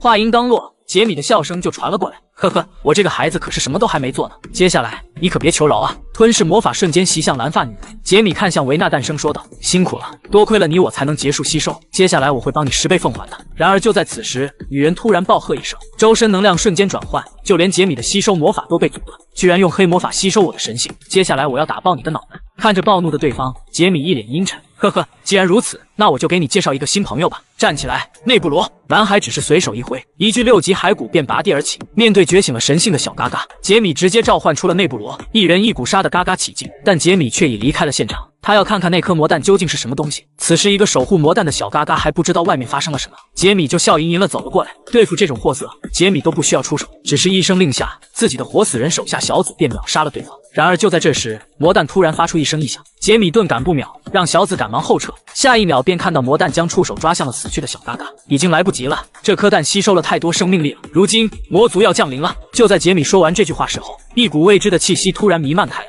正在战斗的内布罗感受到这股气息后，突然浑身颤抖起来。小嘎嘎见状发出一声冷笑，看来那个令人讨厌的家伙暗示到任务完成，我也该离开了。没错，恶魔的气息本身就会压制活死人。杰米见魔弹马上复活，于是让大黄和小紫先带着维纳离开。他很清楚恶魔的实力，就算是拥有绝对细胞的他，也没有把握击杀对方。然而就在大黄刚刚离开，一道阴森的声音从弹壳中传了出来：“呵呵，你一个人能行吗？要是太快被我干掉的话，那可就太没意思了。”看到从弹中爬出来的恶魔，杰米当场亚麻呆住，这竟然是恶魔中的贵族，这种级别至少也是大师级的。杰米危机大作，当即认真起来，一场大战一触即发。与此同时，在森林外围，感知到恶魔降临的萨博突然笑了起来：“都去支援吧，泰罗女神的圣女和使徒做好赴死的准备了吗？”另一边，被大黄带走的维纳苏醒了过来，看着远处魔气冲天，他不禁担心起杰米来。他告诉大黄，他要回去帮助杰米，哪怕是能为他争取一些时间也行。大黄劝他不要固执，他这种实力根本不是恶魔的对手。然而话音刚落，大黄的身影突然消散，维纳心头一惊，活死人的召唤解除了，同时还发生了爆炸。难道杰米已经出事了？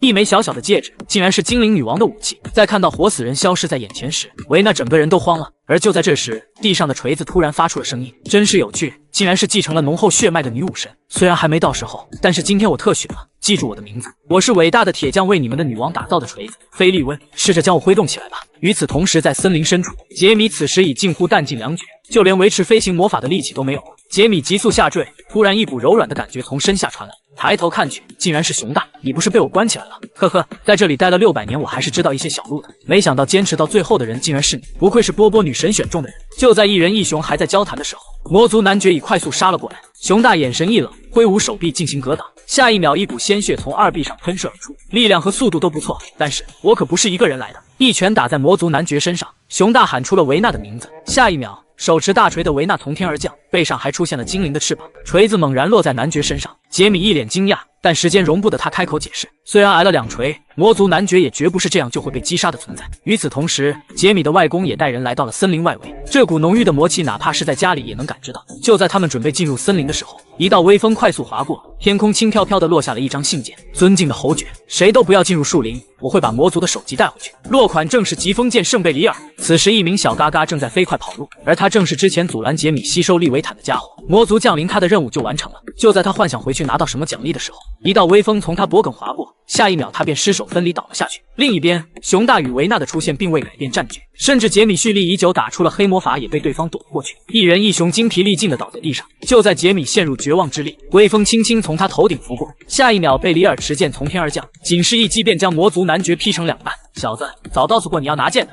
隐藏在黑暗森林里的古代遗迹，竟然是凌驾于3大神器之上的传说道具。疾风剑圣的出现解决了魔族危机。他询问杰米为什么会出现在这里，杰米笑哈哈的想搪塞过去，但贝里尔却表示刚才的一切他都看在眼里。杰米脸色一黑，刚要开口解释就被贝里尔打断了。无所屌味，每个人都有想隐藏的秘密，不必说出口。随后他走到熊大面前，表示自己是探索世界秘密的人，按照伊西斯的意思来找他委托的东西。熊大一脸认真，原来是开拓者的意思。贝里尔微微点头，请打开格里米亚之门吧。听着一人一熊的对话，杰米一脸懵逼，伊西斯是世界秘密的开拓者，格里米亚又是什么鬼？就在他疑惑这些问题的时候，熊大突然将手指向了他。不好意思，现在格里米亚的管理者是这个小鬼了。杰米一脸震惊，古遗迹竟然就是格里米亚。随后几人来到了遗迹中，熊大让杰米将指挥权交给自己。杰米有些为难，但看到贝里尔严肃的眼神后，还是不情愿地伸出了拳头。就在拳头相碰的瞬间，一道流光将众人缠绕，下一秒杰米就只身一人出现在一个空旷的空间里。黑色法力的主人，你终于来了！杰米一脸惊讶，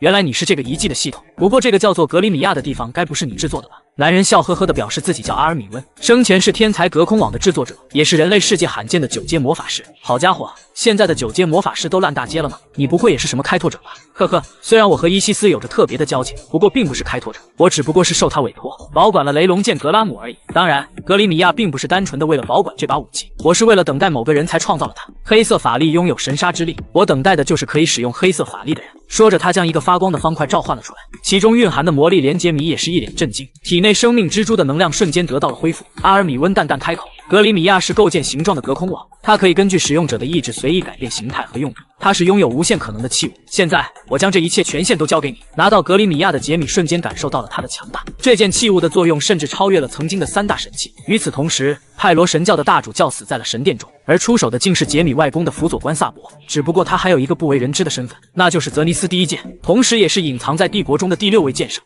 温文尔雅的辅佐官，竟是隐藏多年的第6剑圣。话说杰米在拿到格里米亚后，便向众人炫了一波什么叫逆天神器。除了可以随便转换形态之外，他还自带治愈效果。就在贝里尔准备带杰米回家去的时候，一股不好的感觉突然涌上心头，女神的使徒出事了。杰米焦急地表示，现在必须立马赶过去。贝里尔一脸无语，算了，再陪你去一趟吧。熊大看着2人离去的背影，心中暗自腹诽，连个招呼都不打就跑了。算了，我还是回狗熊岭吧。与此同时，猎杀完大主教的萨博追上了瑞奇等人。拉斯受主教的委托前来保护圣女和使徒，可面对剑圣实力的萨博，自己根本没有把握。更让他惊讶的是，萨博的全能竟然是因果逆转。打个比方，萨博攻击拉斯会受伤，而他使用了因果逆转后，他就可以把攻击他的原因放在后面，提前得出他因此受伤的结果。这种先让对手受伤，再掩饰进攻过程的全能，无疑是让萨博占尽了先机。更别说拉斯的实力本就不如萨博了。就在萨博再次挥出第2剑的时候，一声响彻天地的核爆在原地炸裂，浓烟散去，萨博笑盈盈的抬头看向天空，竟然能击退我这个泽尼斯第一剑，这神性怎么这么强？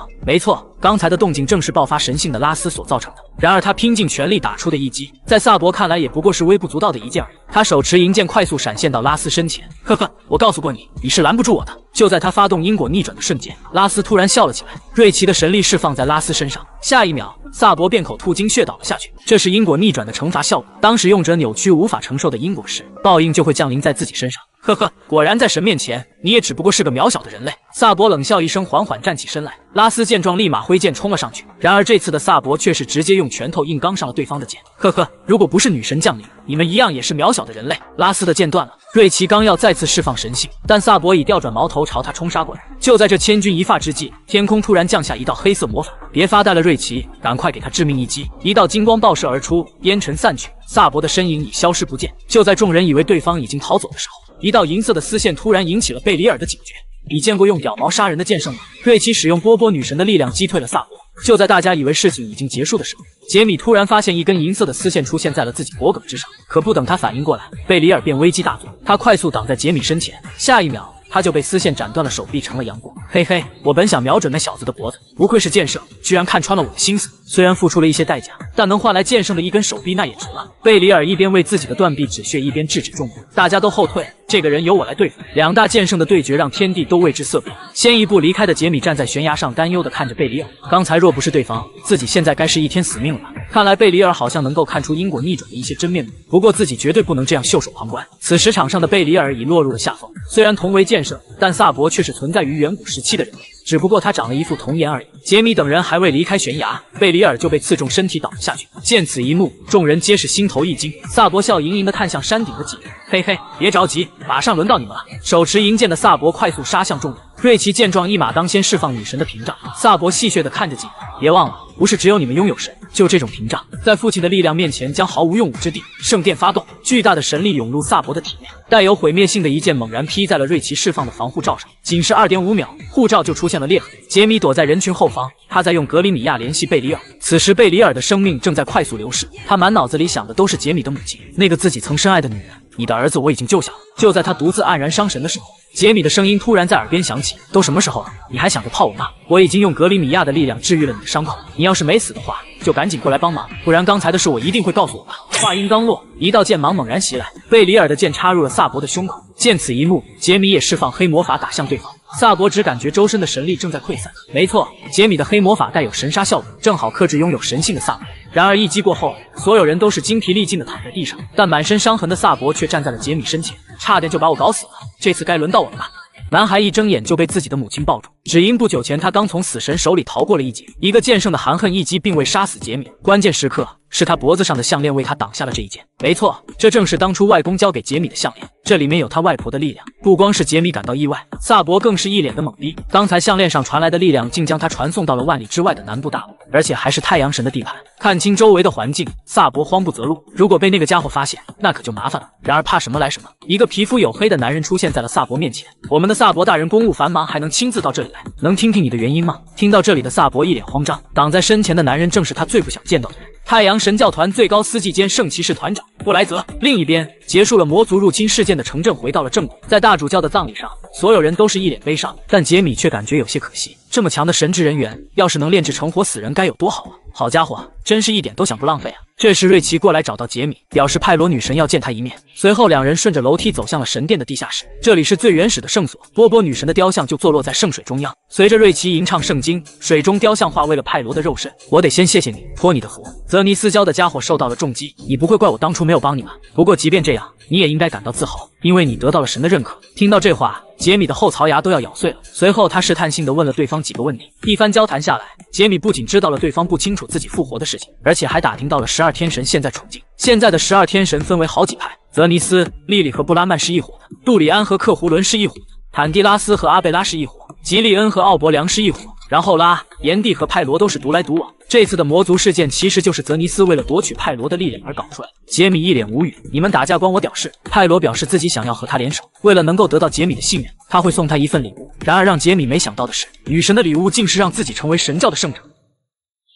8岁的男孩竟成了大奶女神在人间的圣者，不仅可以享受主教级别的待遇，还能因神圣不可侵犯的力量免于宗教的权力侵害。杰米也没想到自己会被前世的仇人选中，但眼下的情况，合作无疑是最好的选择。派罗女神告诉过他，6万年前的那段历史现在已被设置了关键词，任何提起那件事的人都会被12众神知道。就像是当初的加伦，他发现了世界的秘密，随后龙神布拉曼便派出了他的龙孩子们将其抹杀。杰米知道，如果再用过去的方法挑战12诸神，终究是没用的，他必须要挑战新的方式。在回家之前，杰米去探望了疾风剑圣贝里尔，经过手术，他的断臂已经接上，用不了多久他就能恢复往日的实力。交谈中，两人聊起了开拓者伊西斯的事情。贝里尔希望杰米能和他一起去寻找这个团体，他知道这里面有能教他魔法的9阶大法师。杰米淡淡表示，9阶魔法师确实很厉害，但对自己来说并不遥远。他婉言拒绝了贝里尔，因为他还有一件更重要的事要去做。告别的贝里尔，威尔顿一家也踏上了回家的旅途。和他们一同离开的还有瑞奇兄妹。为了安全起见，他们被送去了派罗大教团。回家后的第2天，杰米便找到了父亲，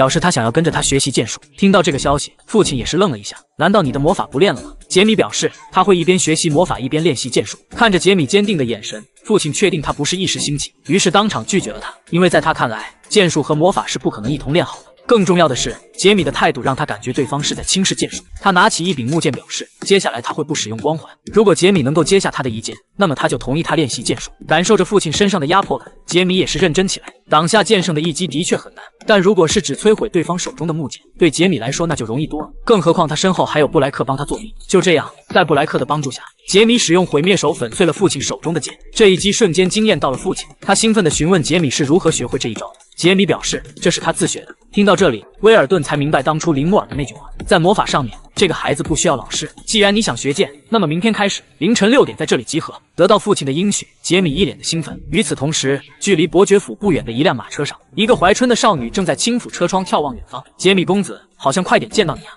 他是公认的魔法天才，年仅8岁便达到6阶水平。可如今为了对抗12天神，他不得不选择魔武双修，练习家族剑术。早上的5点7十，杰米来到了训练场，可等候他的却不是自己的父亲，而是一个小黑子。少爷，从今天起，老奴会负责您的日常训练。男人名叫奥莱纳多，是伯爵府汪汪队副队长，同时也是个剑术专家。看到对方，杰米也是略显尴尬。开玩笑，一个剑术专家怎么能和自己的剑圣父亲相比？他笑着询问对方，怎么没看到父亲？此话一出，小黑子当场就看穿了杰米的小心思。小家伙，你是在期待伟大的剑圣教你吗？今天的训练不需要木剑，从现在开始，少爷要去教场跑步。听到这里的杰米当场蔫了，拜托，我是来学剑的，可不是来犯贱的。杰米的抱怨还没说完，奥莱奈多就正色厉声地打断了他。杰米练习生，从现在开始你要称呼我为全民制作人，赶紧给我去跑步。看着儿子在操场上一边跑步一边唱跳乱，威尔顿露出了欣慰的表情。就这样5个多小时的时间过去，杰米仍旧顶着烈日在跑步，这股毅力和体能把小黑子教官都给看呆了。他赶忙叫停杰米，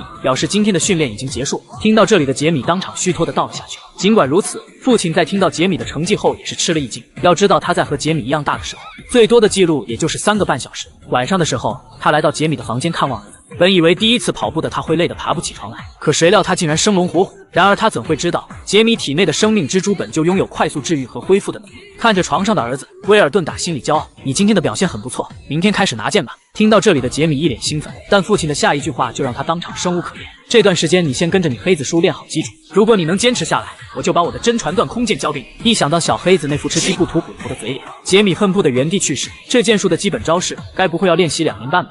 男孩每天挥剑1000次，只为学好家族剑招的基本功。生在剑术名门，杰米拥有的资源是常人的数倍。不仅如此，他还每天晚上利用格里米亚的空间进行加强训练。杰米的进步让小黑子教官都有些羡慕，果然是天赋异禀之人。原本还想着给他2年半的时间打好基础功，如今看来3个月都用不了。同样，杰米在挥舞木剑的同时，也在默默思考如何将魔法与剑术融合。这天，他一如往常地练习着剑术的基本式，突然一股细小的动静从教场外围传来。杰米以为有外人入侵，当即施展瞬间移动追了上去，可来到外面才发现，竟然是之前遇见过的 QQ 秀女孩艾什。你怎么跑我家里来了？艾什一脸埋怨，你怎么每次见我都想要杀了我？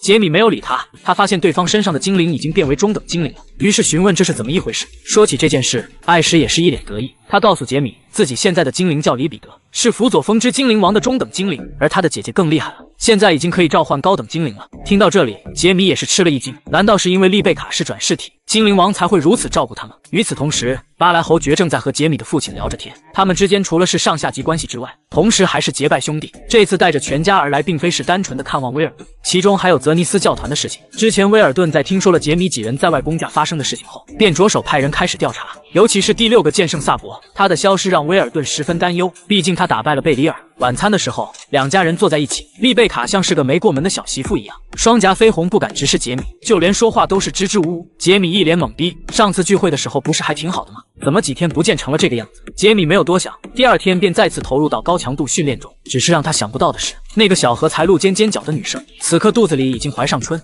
少女的一捧圣水，竟让男孩领悟了家族传承的步伐。每天双倍训练的杰米很快就掌握了剑术的基本功，而接下来要学习的便是步伐。小黑子教官告诉杰米，他的爷爷曾是王国乃至世界公认的剑圣，当年为了家族的发展，他将自己创造的步法交给了家族的骑士们。这套步法名为白海，顾名思义便是模拟大海的流动。看着训练场上凌乱的步伐，杰米也是感到无比震撼。小黑子向他演示，要将脚下的魔法印记与动作产生共鸣才可以。只有法力掌控了空间，才能领悟白海的真正含义。这看似简单的事情，杰米却用了4个小时都没成功。更让他感到沮丧的是，小黑子临走时曾告诉过他，威尔顿家族的骑士就没有一个不会白海。就在这时，一滴水珠突然掉在脸上。丽贝卡小姐，别躲了，我都看到你了。没错，来人正是悄悄观察他的丽贝卡。情窦初开的他给了杰米一捧自己的甜水，杰米喝得神清气爽。他询问对方是不是有话和自己讲，丽贝卡支支吾吾不知道如何开口。杰米一下就将脸贴了上来，丽贝卡俏脸绯红，一紧张说出自己一直在想他。杰米瞬间雷住，不是吧，我这具身体还只是个小家巧，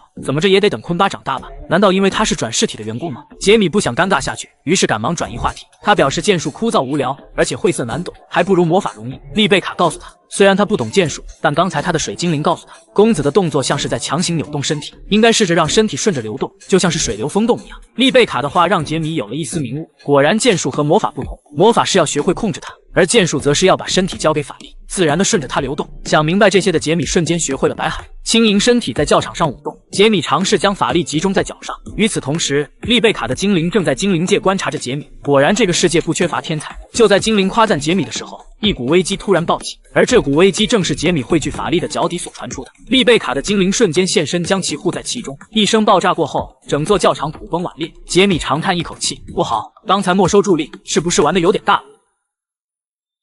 将魔法与剑术融合到一起，男孩只是牛刀小试，便一脚踏碎了训练场。听到动静的父亲以为家里来了入侵者，飞快地跑进了教场中。在得知刚才的动静是儿子释放白海造成的，威尔顿既兴奋又惊讶。他询问杰米是如何做到的。教场是用可以承受住剑气的特殊合金建成的，而且白海只是步伐，根本没有破坏力。杰米表示，他只不过是将魔法和步伐浅浅地融合了一下。父亲顿时愣住，白海本身就是完成度很好的步伐，就算是他也没能继续发展它。如今自己的儿子竟将它与魔法融合，并将其发展成攻击技能，难道杰米真的是被魔法和剑术同时选中的人吗？就在威尔顿内心激动的时候，小黑子走上前来，恭喜个人练习生杰米，老奴已经没有什么可教的了，接下来请伯爵大人教少爷断空剑吧。杰米也是一脸诧异，这么快就要出道了吗？我才刚学会基础啊。父亲告诉他，光是白海步伐，骑士团中10个人也就只有2、3个能掌握。杰米脸色一黑，不是说骑士团的人没有不会白海的吗？小黑子赶忙解释，那是因为学不会人都主动离开骑士团了。当晚，伯爵府里举行了隆重的宴会，当然不是为了庆祝杰米完成初级训练，而是杰米的父亲在为接下来即将爆发的战争做准备。泽尼斯神教已经严重威胁到了每一位贵族，甚至是西蒙伯爵也加入了杰米父亲的反抗团队。就在杰米独自思考这件事情的时候，艾什突然找了过来。在听到杰米询问自己的姐姐时，心直口快的艾什当场询问他是不是喜欢姐姐。杰米脸色一黑，当场否认，开玩笑，活了6万年，怎么可能喜欢小女孩？怎么这也得养大了才能玩啊？艾什长舒一口气，表示自己的姐姐病了。杰米犹豫片刻，还是决定亲自去看看。可当他来到丽贝卡房间，才发现对方得的竟然是相思病。杰米拉过他的手，表示有话随便说，这里没有外人。丽贝卡双颊绯红，她也不知道为什么老是会想起对方。杰米长舒一口气，淡声说道：“丽贝卡小姐，我们以后很长一段时间都见不到面，不过我不会忘记你的，哪怕是很多年我也不会。所以不要沉沦于现在。”好家伙，这妥妥的一个渣男啊！次日一早，巴莱一家就坐上了回家的马车。临走时，杰米和丽贝卡约定写信联系。看着两人说笑的样子，母亲和父亲一起调侃杰米，说是别人家的女儿都被自己的儿子迷住。杰米一脸黑线，开玩笑，女人只会影响我拔剑的速度。接下来我们该学习断空剑了。男孩每天挥剑1万次，只为领悟家族剑术断空剑。从夏天练到冬天，4个月的时间过去了，杰米终于第一次打出了断空剑。这一幕连父亲都是一脸吃惊。要知道断空剑这门技术，比起精通，入门才是最难的。当初自己也是练习了2年半才打好基础，自己的儿子竟然只用了4个月。他告诉杰米，从这一刻起，他已经可以出道。断空剑是斩破虚无的剑招，只要掌握了基础，接下来就该是开悟之战了。此剑无招只有形，境界越高，形态越大。真正领悟了之后，哪怕不是物质都能斩破。就在父亲耐心为杰米讲解的时候，手下突然上前汇报，表示家里来客人了，是魔法界的7长老西格弗利德。对于这个人，杰米也是有所了解，是在他之前的一个天才魔法师。奴隶出身的他在15岁时出入6阶，22岁就到达7阶，成为最年少的长老。而今年30岁的他，已经摸到了8阶的门槛，是魔法界的绝顶天才。可就是这么一个天才，父亲并没给他好脸。他知道对方是来带杰米去魔法界的，所以一见面他就将事情挑明了。魔法界的势力分为3派，大长老奥芬带领国王派，2长老林莫尔带领贵族派，五长老卢克带领平等派，如今的魔法界已经成了权力与政治斗争的肮脏之地。他不想将自己的儿子送到那种地方。看到威尔顿的脸色，西格弗利德也不再嘻嘻哈哈。他表示，魔法界虽然没有正常人，但他们不会对自己人下手。当然，如果站在父亲的角度，换作是他也不会送自己的孩子去魔法界。可是魔法界有着不可估量的知识，特别是全知之冠，只要戴上皇冠就能让境界更上一层楼。那是魔法界包罗一切知识的核心器物。只要杰米跟他走，就能获得仅有一次的全知之冠使用机会。听到这里，威尔顿也不敢擅自决定，毕竟也关乎儿子的前程。他需要问一下杰米。哪知杰米想都没想就答应了下来，并非是垂涎那些魔法知识，而是他想通过全知之冠了解那段失去的历史真相。自从他复活，他就发现自己的记忆缺失了一部分，所以这一趟他必须要去，只不过条件需要变更一下。他找到西格弗利德，直接开门见山，带他去魔法界，无非是想把他拉入自己的势力。毕竟一个日后可以成为9阶魔法师的天才少年，完全可以让其他的2个派系分崩析离，所以想要让自己加入对方的势力，最起码要拿出十足的诚意。西格弗利德一脸黑线，好家伙，林莫尔老师可没给我说过，这小子竟是一个吃昆布吐骨头的家伙呀！未能从全知之冠中找到消失的历史，杰米答应了前往魔法界的邀请。这次出门他只带走了维纳，毕竟要在那边练习2年半。不过在去魔法界之前，西格弗利德要先去一趟魔石之城圣德芒。圣德芒是拥有塞尔丹王国最大魔石矿山的城镇，那里的魔石市场十分繁华。路上2人途径海尔顿山脉的时候，杰米发现这里一片荒凉，他好奇地询问西格弗利德这是怎么回事，毕竟来到时候他听说这里是南部权力的中心。西格弗利德笑着和他解释，这里可是被称为南部的母亲河，埋藏在这里的矿石养活了6个领地。传闻1000年前，这里的有一座不停爆发的大火山，熔岩随时淹没整个村子，人们却无从下手。然后某一天，一位神秘的魔法师出现，并独自进入了火山，仅用1天时间就堵住了火山口。临走时，他给人们留下一句话，说是当怪物苏醒，灾难将会再次开启。从那以后，人们陆续搬离，这才变成这般模样。杰米一脸无语，火山加怪物，你他喵的给孩子讲故事！就在2人一边聊天一边赶路的时候，3发箭矢已悄咪咪地瞄准了2人。感受到身后的危机，西格弗利德大喊危险，杰米原地蹦高，箭矢横插在身前。下一秒，一个锃光瓦亮的山头上就传来了叫骂：西格弗利德，你个混蛋，老子是来给我哥报仇的！杰米一脸无语，他喵的，你的仇人干嘛射我？西格弗利德刚想出手，但转念一想，不如借此机会试探一下杰米的能耐。堂堂魔法界7长老，让一个小孩子给你善后，你丢不丢人啊？话虽这样说，杰米还是握住了腰上的佩剑，正好还没使用剑术实战过，今天就拿这几个倒霉蛋练练手吧。小嘎嘎们叫嚣着蜂拥而上，杰米抽出剑的瞬间，周围的空间立马得到了掌控。这一幕属实让西格弗利德吃了一惊。杰米高高举起手中魔法剑，威尔顿家族的白海步法被他灌入法力，融入到了魔法剑之中。伴随着杰米的一声暴喝，一股宛如大山的威压落在了小嘎嘎身上，仅是一击便让他浑身颤抖，无法站立。但尽管如此，他仍旧不服，强撑着身体的不是刚刚爬起身来。杰米再次挥动了手中之剑，裹挟着雷霆之力的剑气如海浪般席卷而出，小嘎嘎们当场全军覆没。不用再试探了，可以走了吗？看着杰米从容不迫的样子，西格弗利德由衷的感叹，这才是真正的魔剑士，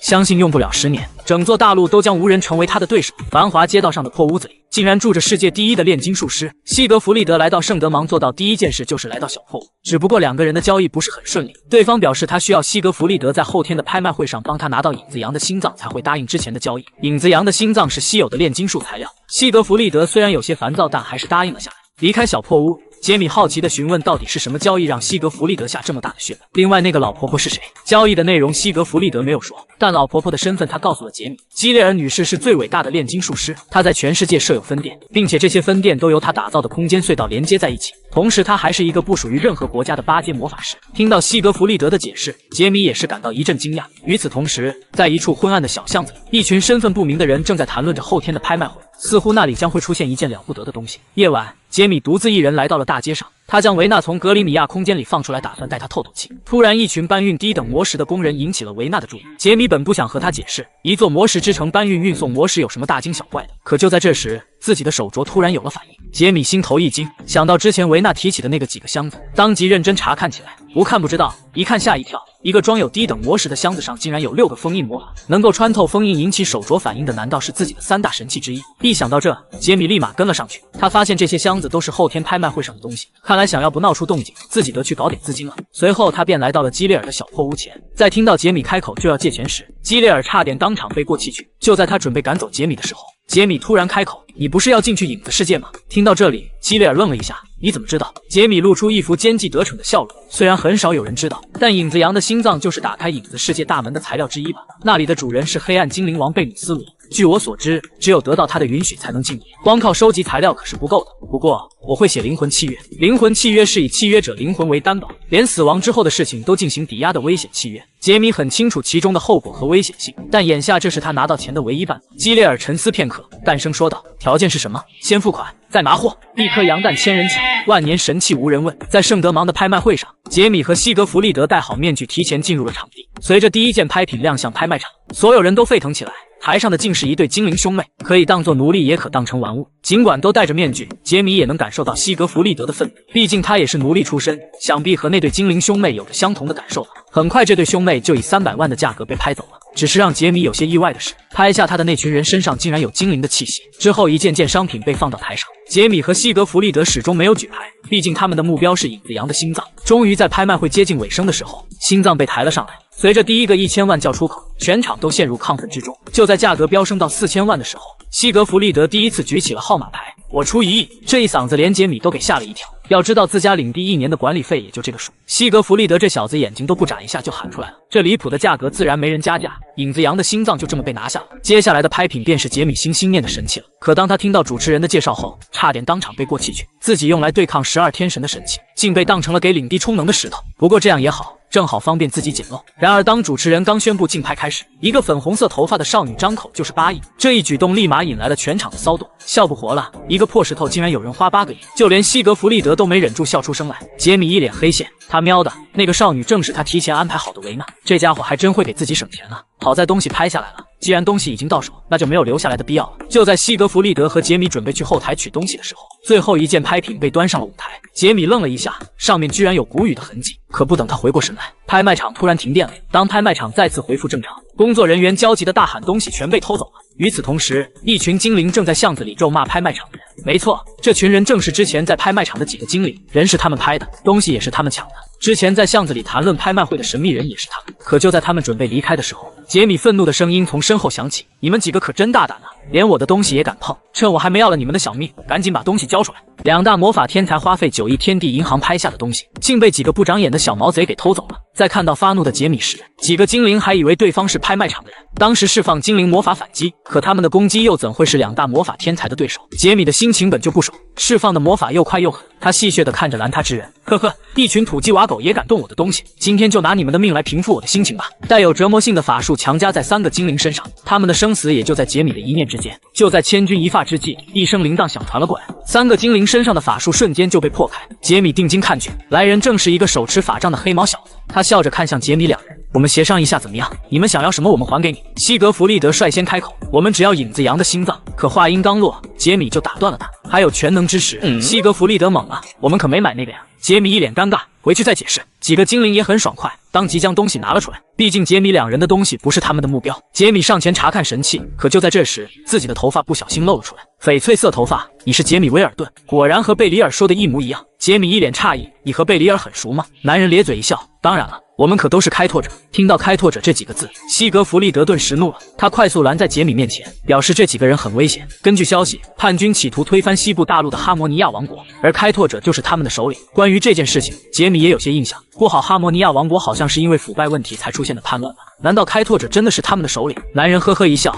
他希望西格弗利德能听他解释，只不过先换个地方，不然一会拍卖场的人追来就麻烦了。与此同时，拍卖场的老板正对着一个小黑子发着飙，一个侵入者都抓不到，我花钱请你来是干什么的？小黑子扭过身去，淡淡开口：“放心，那几个人一个也逃不掉。”与此同时，杰米几人利用传送魔法来到了一处山谷。西格弗利德质问对方：“一群叛军来塞尔丹是不是要做同样的事情？”男人呵呵一笑，表示自己根本不是叛军，他们只不过是解放了大家而已。况且贝里尔是他们组织的干部，他们怎么可能会破坏他的家乡呢？之所以来这里是为了寻找封印火山的钥匙，没错，正是拍卖场上写有谷雨的最后一件拍品。男人向2人解释，很久以前，开拓者在火山下面封印了怪物，这是解开怪物贝西莫斯的钥匙。听到这里，杰米当场愣住。6万年前，为了对抗12诸神，他创造了3大异魔，分别是辅助术士布莱克、支配大海的耶梦加的，还有巨大的野兽贝西莫斯。原本以为他们在自己战败后都死掉了，没想到在这里听到了他们的消息，这简直太酷了！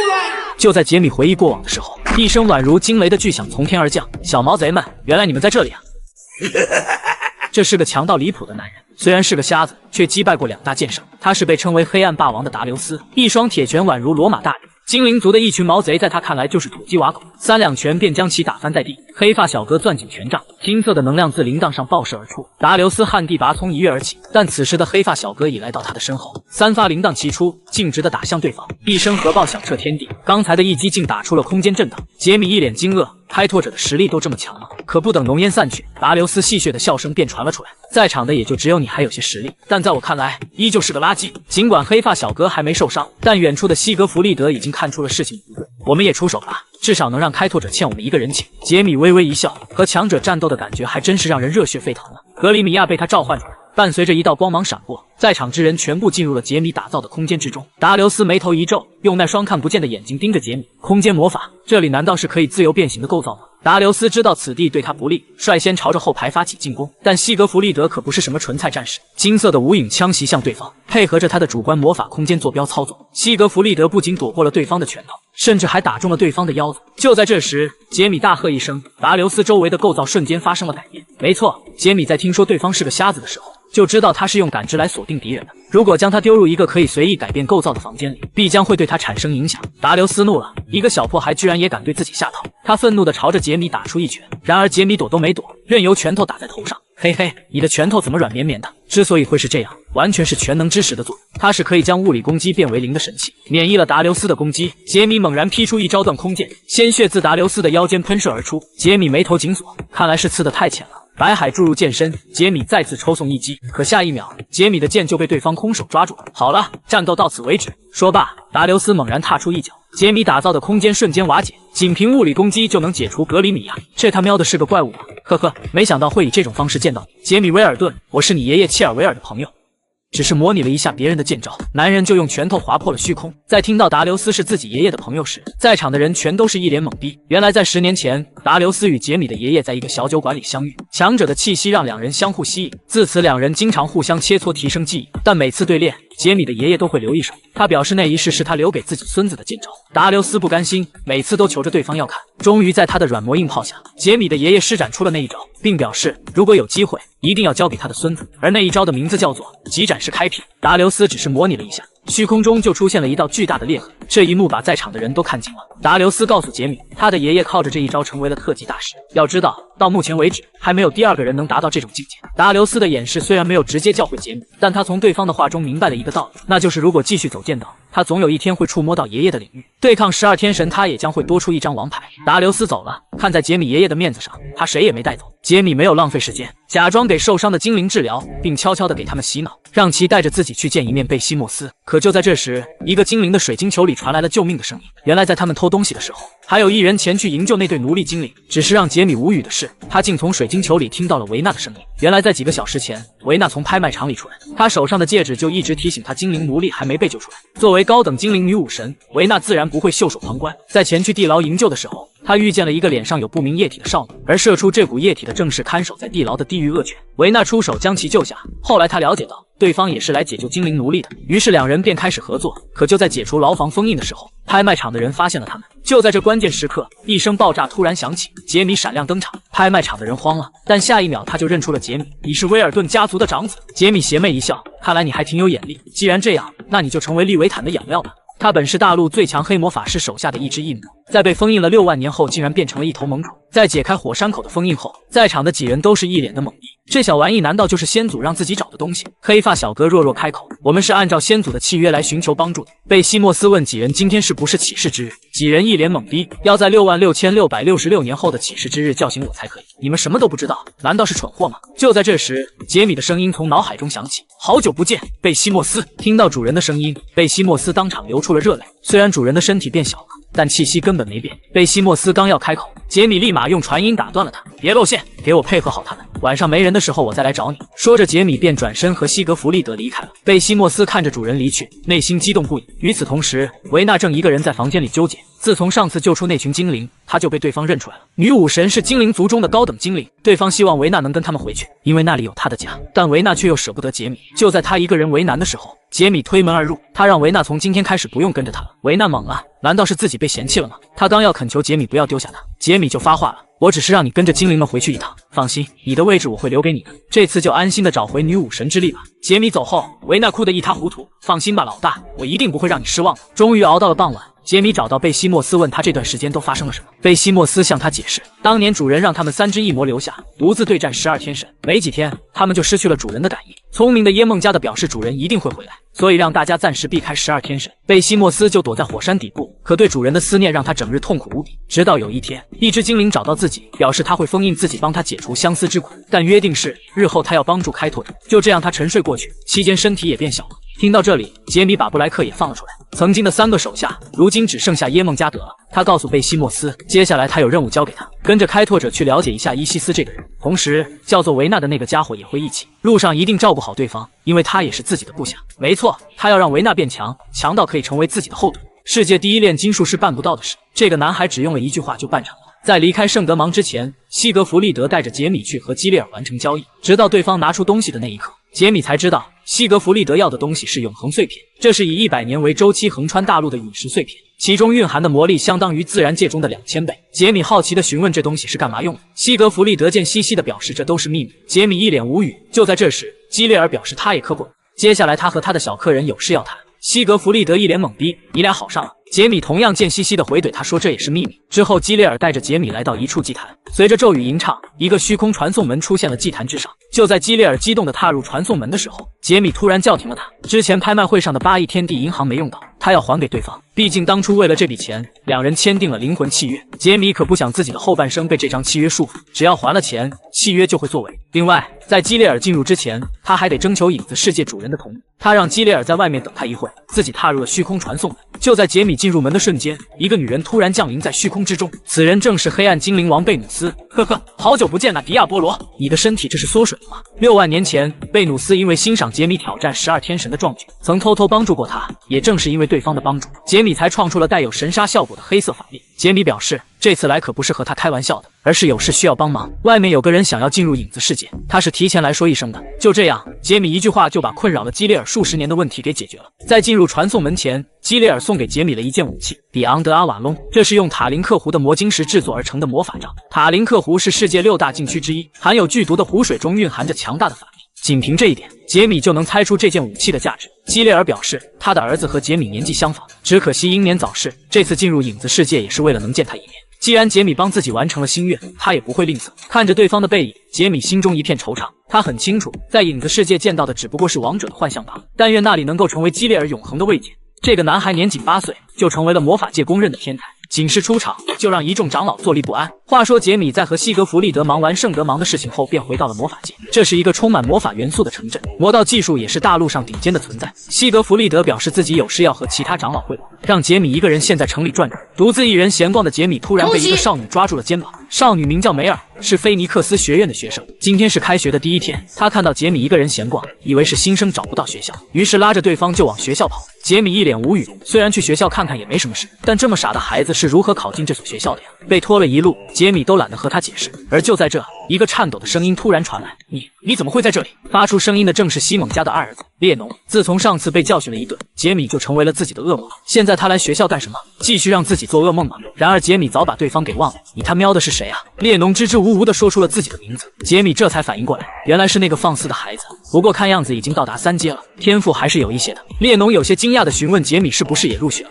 杰米还没回答，西格弗利德就发现了他。杰米，你怎么来这里了？正好长老们都在等你，快跟我来吧。说着不顾学生们的惊讶，拉着杰米使用传送魔法离开了教室。此时在中央魔塔的会议室里，6大长老齐聚一堂。当杰米踏入房间的那一刻，所有人都是一脸惊讶，竟然达到了6阶水平。林莫尔露出一个满意的笑容。果然是天赋异禀，这才过去多久，就已经成长到了这种地步。同样，杰米在看到长老时也是感叹大家的实力很强。当然，除了一脸黑线的3长老，因为对方和自己一样都是6阶法师。一阵虚情假意的寒暄过后，大长老表示，像杰米这种人才一定要物尽所用，所以他希望杰米能担任1个月的临时老师。杰米当场雷住，可现实又让他无法反驳，因为除了西格弗利德，其他长老全都是一票通过。回去的路上，杰米一阵郁闷，他喵的，我曾发过誓再也不会收弟子了，希望这1个月千万别给我出什么幺蛾子。6万年前的最强黑魔法师，如今却成了魔法学院的一名导师。杰米的出现引起了老师们的一片骚动。年仅8岁的杰米早就成了魔法界的名人，天赋异禀的魔法天才，泰罗女神的神秘圣者，威尔顿家族的贵公子，任何一个头号都是让人羡慕的存在。按照流程，杰米选择了魔法阵作为授课内容，但第一天上课就遇到了不顺心的事，不仅教室里的学生乱成一团，就连他上一任的导师都是一副小心眼。肯尼亚克是一名5阶的魔法阵导师，同时也是3长老的弟子。杰米的顶替让他内心极度不爽，他可不相信一个8岁的小屁孩能比他强到哪里。况且魔法阵是他最精通的魔法，新上任的导师要和上一任导师共同完成第1堂课，所以一开始肯尼亚克就在针对杰米。明面上释放魔法阵是在给学生们讲解基础知识，实际上却借着教学引出一个世纪难题丢给杰米。杰米一脸无语，老子玩魔法的时候你还是个蝌蚪呢，既然这样，那就让你看看什么才叫魔法。杰米所画的魔法阵看着很难，但实际上一点不简单。虽然从正面看和肯尼亚克画的一模一样，但里面却暗藏玄机。肯尼亚克的魔法阵是一笔一笔画出来，然后经过多次修改才能使用，而杰米的魔法阵就像是图层一样，可以随意叠加组合，并且可以调整位置，这完全打破了魔法阵的基本延展方式。看到这里的肯尼亚克激动的颤抖不已，这完全是推翻学会的发现。然而这对杰米来说就和尿尿一样简单，调整位置只不过是基操，真正厉害的地方在于它可以将魔法阵变为3D 立体形状，并且无限延展。这种魔法被称为多重复合立体魔法阵，也是他在6万年前学习黑魔法之前的魔法主观。看着一脸呆滞的肯尼亚克，杰米淡声说道：“怎么样，服了吗？”随后他将魔法阵收了起来，转头看向台下的学生：“这种东西你们饱个眼福就可以了。这节课你们先熟悉图层概念吧。”台下的列侬再也没有了刚开始的嚣张，杰米的实力完全颠覆了他的认知。不光是他，其他的几个刺头也都老实了起来。下课后，肯尼亚克匆匆赶回了自己房间，他迫不及待的要回去消化一下课堂上的那些知识。就在这时，梅尔突然找到了杰米，他要让杰米看看自己学会的魔法阵是不是哪里出了问题。只是简单的操作了几下，一个立体的图形出现在手心上。看到这里，杰米一脸震惊，立体魔法阵他只是简单的给学生们演示了一下，对方就模仿出来了。虽然做的还不完美，但这足以说明对方是一个天才。看来自己要去找西格弗利德好好了解一下这个女孩了。这个女孩对魔法有着超乎常人的理解，然而她却没有一丝的魔法天赋。杰米在发现梅尔能释放出立体魔法阵的时候就产生了怀疑，连他都能看到对方身上的学者天赋，学院里的其他老师不应该发现不了。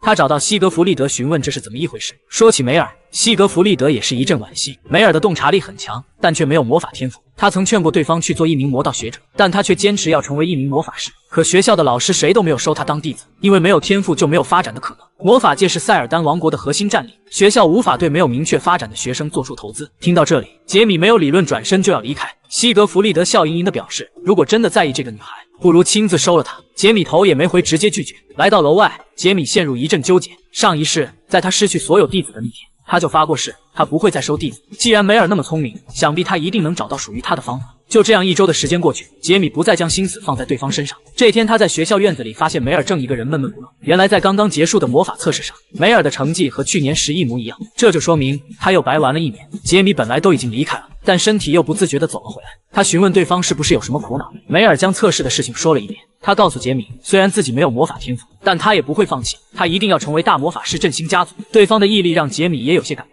或许前世的故事会在未来重新上演，但给他一次机会应该不过分吧。杰米转身离开，临走时他丢下一句话：要是有信息守住这份坚持，那就明天来教务室找他。随后杰米一个人来到学校的蓝色魔塔，林莫尔的研究室就在这座塔的塔顶。杰米来找他就是为了争得全身呼吸法的传授资格，毕竟当初是林莫尔创造了这门法术并交给了他。如果他想继续将这门法术传承下去，必须得到对方的授权。在听到杰米是想将这门法术交给梅尔时，当场就拒绝了他，因为那个孩子在他眼里根本不值得培养。要知道当初他那么看好杰米，到现在他也只不过是个6阶法师，突破7阶法师的魔法主观可不是那么容易领悟的。他不相信没有天赋的梅尔会做到这一点。杰米呵呵一笑，表示他能做到，而且他的魔法主观已经完成了，只不过自己不满意，所以想重新创造一个。毕竟光靠前世使用的多重复合立体魔法阵是不够的，战胜12天神需要更强大的力量。在听到杰米要创造2个魔法主观时，林莫尔也是一脸吃惊。要知道连龙都无法做到这种程度。不过杰米展露出的自信让他感觉对方不是在开玩笑。思索片刻，林莫尔突然咧嘴一笑，既然你这么有信心，那就来和我对练吧。如果能让我满意的话，我就给你传授呼吸法的权利。8岁男孩仅用了1秒的时间，就释放出了4种杀人魔法。为了能够获得呼吸法的传承授权，杰米答应了林莫尔的对练要求。作为长辈，林莫尔表示让杰米先发起进攻。杰米咧嘴一笑，你可不要后悔。威尔顿家族的白海步法一经释放，周身的魔法从脚下肆意扩散，仅是一瞬，杰米就闪现到了林莫尔身上，速度之快让林莫尔也有些惊叹。不过他并不在乎，因为这种技能在他看来连他的防御网都打不到。施展白海的同时，杰米用出了毁灭手，一击下去，林莫尔的护盾当场出现了裂痕。但作为8阶法师，这种招式根本难不倒他，护罩只在一念之间便已修复完成。杰米眉头一皱，这老登恢复的还挺快。布莱克在星象世界里辅助我。下一秒，4个杰米同时出现，他们分别施展不同的杀人魔法袭向对方。剧烈的爆炸在房间里响起，林木尔膀胱一紧，护照再次出现了裂痕。杰米高举魔法剑，用力一挥，林木尔的护照瞬间土崩瓦解。这一击虽然威力巨大，但却消耗了杰米大量魔力。利用分身和瞬移完成的近距离魔法叫做瞬间效应。可就是这么强的一击，林木尔屁事没有，唯一受伤的地方也仅仅是自己披风。刚才的一击还挺疼的，不过接下来该我了吧？看着浑身魔力暴涨的林木尔，杰米眼神一冷，看来只能拿出那个阿瓦隆出来吧。看到杰米手中的武器，林木尔一脸吃惊，好家伙，那个老太婆连我都不卖，居然给了你。杰米，你该不是给了吧？杰米嘿嘿一笑，少废话，快出招吧。金色的龙卷被召唤出来，林木尔朝着杰米打出强有力的一击。然而手持阿瓦隆的杰米根本无惧，这把武器拥有同时存在于现实与背面世界的能力。强大的龙卷瞬间被武器化解，杰米闪转腾挪，快速来到林木尔身前，手中魔法剑朝着对方猛劈下去。林木尔一脸兴奋，好小子，有两下子。金色的护盾将杰米震退出去。你小子是不是在试探我的魔法主观啊？既然这样，那就如你所愿。不过你可要做好准备，因为我的魔法主观可是精神系的认真失调。一个8岁的男孩如何能逃过8阶大魔法师的精神控制？林木尔的主观魔法认知失调击中了杰米，这看似是灾害的魔法，实际上是侵犯大脑的精神系魔法。如果不是精神系专家，估计也就只能挣扎了。但现在的问题是，以杰米现在的境界，也无法摆脱这个魔法。看来只能借助利维坦的力量。杰米用力一踏，全部给我吸收掉。此时林木尔正悄咪地看着发呆的杰米，中了自己的认知失调，估计对面正在星象世界里做着挣扎。就在林木尔打算收回魔法的时候，一声剑鸣响彻房间，杰米一手持剑，一手持杖斩破了林木尔的精神控制，一息横斩猛然劈出，林木尔彻底亚麻呆住。爆炸过后，林木尔快速跑到杰米身前，你小子藏得挺深啊，刚才怎么做到的？杰米顿时戏精附体，不知道啊，我为了消除幻觉，吸收了法力，然后不知道什么时候开始，大魔法师的力量和魔法剑融合在一起了。林木尔一脸吃惊，原来都是巧合。杰米绷着脸没有说话，巧合那是低水平的人干的事。刚才利用利维坦将林木尔的魔法主观融入到了魔法剑里，说不定这就是自己的第二个魔法主观。对练了一场，林木尔心情大好。他同意了给杰米授权呼吸法的事情。夜晚，雷蒙来到了林木尔的房间，白天的事情他都看在眼里。杰米不仅能将剑与魔法融合在一起，甚至还扭转了魔法主观，哪怕是大魔法师都很难做到。林木尔看着窗外淡淡开口，没错，能够肯定的是，他的确是史无前例的天才。不，我说这些不是这个意思。杰米拥有与大魔法师较量的魔法实力和剑术，同时还被派罗选中了。一个人真的可以同时拥有这么多能力吗？我感觉他就像是为了别的什么故意打造出来的。住嘴！雷蒙的话没说完就被打断。这里到处都有耳目，我们还是先继续观察，看看那孩子到底能不能改变这个世界。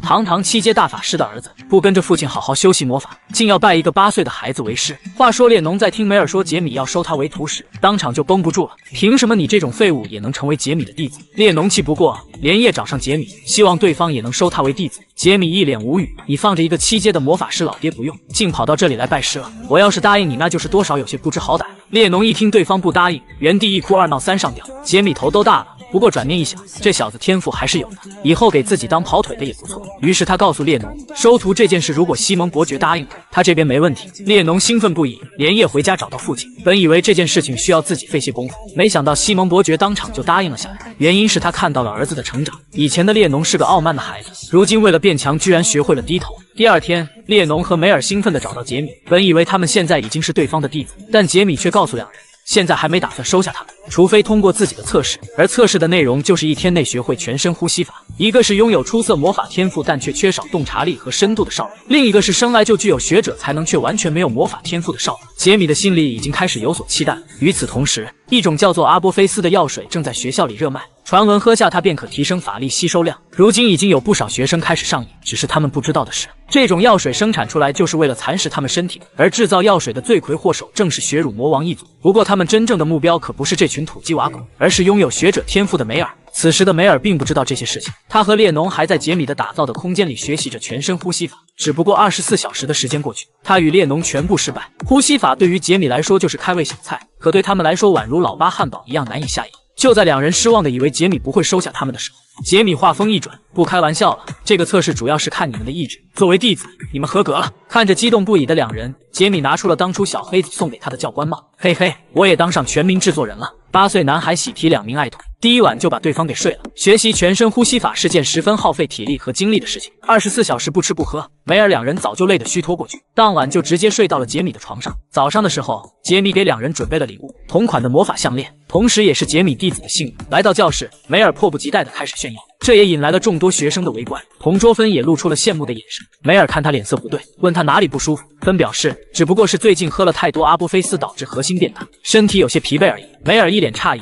世界上怎么可能有让核心变大的营养液？他劝对方不要继续喝了。谁料听到这里的芬当场变了脸，摔完桌子便独自离开了教室。对方的行为让梅尔感到陌生。芬哥这是怎么了？走出教室的芬一个人来到走廊，长期服用阿波菲斯已经让他的情绪开始变得暴躁。就在这时，索菲亚老师突然走了过来。他表面上是在关心对方出了什么事，实际上心里正在盘算阿波菲斯的副作用是不是提前出现了。没错，这种害人药水的风靡可不只是魔族在搞鬼，学校的许多老师也都参与了进来。他交给芬一瓶绿色的药水，表示老师们正在研究所里教关于阿波菲斯的可能性课程，希望他能带着他的朋友们一起来听课。看着离开的芬，索菲亚露出一丝阴狠的神色，看样子这次的实验体马上就要垮掉了。如果出现学生死亡的话，学院长会亲自参与调查，看来在那之前要加快实验进度了。与此同时，一个神秘男人正在对着老鼠做着实验。可恶，阿波菲斯的副作用还是没有消除。就在这时，索菲亚一脸阴森地走了进来。肯尼亚克，你的实验怎么样了？我和博士还在研究，不过还没什么大的进展。这时，桌子上的水晶球发出声音：“别着急，马上就会有更精纯的原液送过去，帮我转交给博士。这可是魔族那边亲自送过来的，我等你们的好消息。”听到这里，索菲亚也不再废话，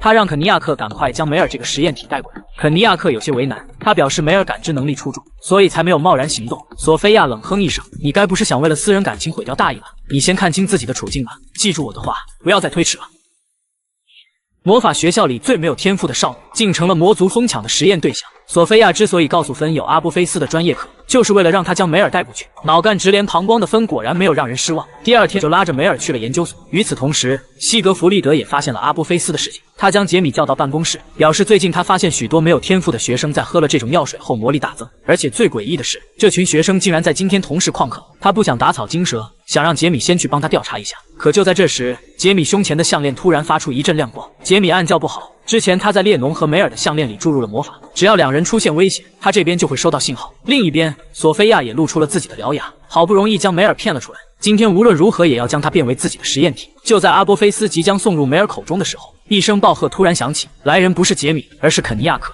在最后的关头，肯尼亚克良心发现，不想继续沦为魔族的走狗。索菲亚不是他的对手，他有信心将两个孩子救出。可就在这时，一道剑芒猛然劈出，肯尼亚克当场中招，而出手的正是负责销售阿波菲斯的经理阿修塔尔。原来在来之前，索菲亚就察觉到肯尼亚克有些不正常，于是他提前联系了阿修塔尔，就是为了防止出现意外。阿修塔尔出现让场面得到了控制。就在索菲亚继续将药水灌入梅尔体内的时候，杰米冰冷的声音在房间里响起：“竟然敢动我的弟子，想必你们已经做好赴死了准备了吧？”一道魔法瞬间将索菲亚的底裤打了出来。阿修塔尔见状上前帮忙：“索菲亚，你竟然被一个小屁孩打倒了，这也太弱了吧！”杰米冷笑一声：“竟敢叫我小屁孩，既然这样，那就让我奴仆会会你吧。”亡灵大门打开，许久未见的小紫唰的一声冲杀出来。经过这段时间在亡灵世界中的温养，他的实力得到了大幅提升，对付阿修塔尔这种三流货色完全绰绰有余。另一边，索菲亚踉跄地站起身来，杰米的出现让他的计划全部崩盘，他愤怒地朝着对方发起了进攻。看着袭向自己的索菲亚，杰米发出一声冷笑：“就凭你这点实力也敢对我出手？今天就让我王守义来看一看你的13到底香不香。”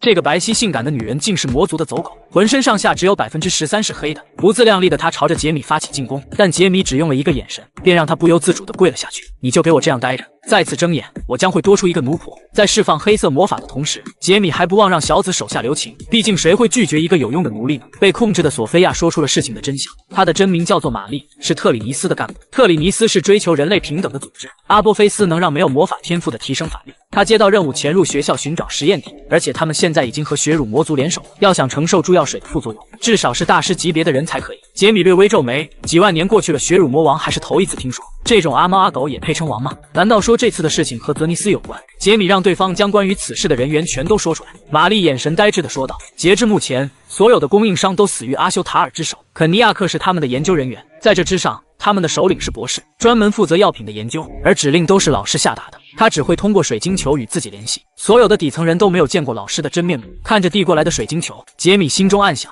果然和魔法界的高层有关，就连负责联系的水晶球都有防追踪效果。他让玛丽先行退下，以后有事还会找他。接下来他该去审问肯尼亚克，锁链将其捆住。杰米表示，在他动粗之前，最好全都招了。他质问对方博士是谁。肯尼亚克想要开口，但好像有东西锁住了他的喉咙。关于博士的名字，他根本说不出来。杰米眼神一冷，居然不是禁止，看来是你不想说呀。既然如此，那就让我扒开你的脑袋吧。手掌扣在肯尼亚克的眉心，但下一秒，杰米就被眼前的一幕惊住。身为学校魔法课导师的肯尼亚克居然是个人造人，当了2年半的全民制作人居然是个人造人。看着从肯尼亚克天灵盖上扣下来的内存卡，杰米恍然大悟，看来三长老才是这该死项目的负责人啊！没想到居然会在自己创造的东西上安装芯片，毁掉了内存卡。杰米并未继续杀死肯尼亚克，他表示从现在起，他将不再是三长老的走狗，这份自由权当是作为他救了自己弟子的回报。与此同时，在三长老的房间里，他正愤怒地敲打着桌子。肯尼亚克身上的芯片毁掉的时候，他就感应到，而且到现在他都没联系上玛丽和阿修塔尔，看来自己在魔法界称王的计划出现了问题。他看着桌子上的阿波菲斯，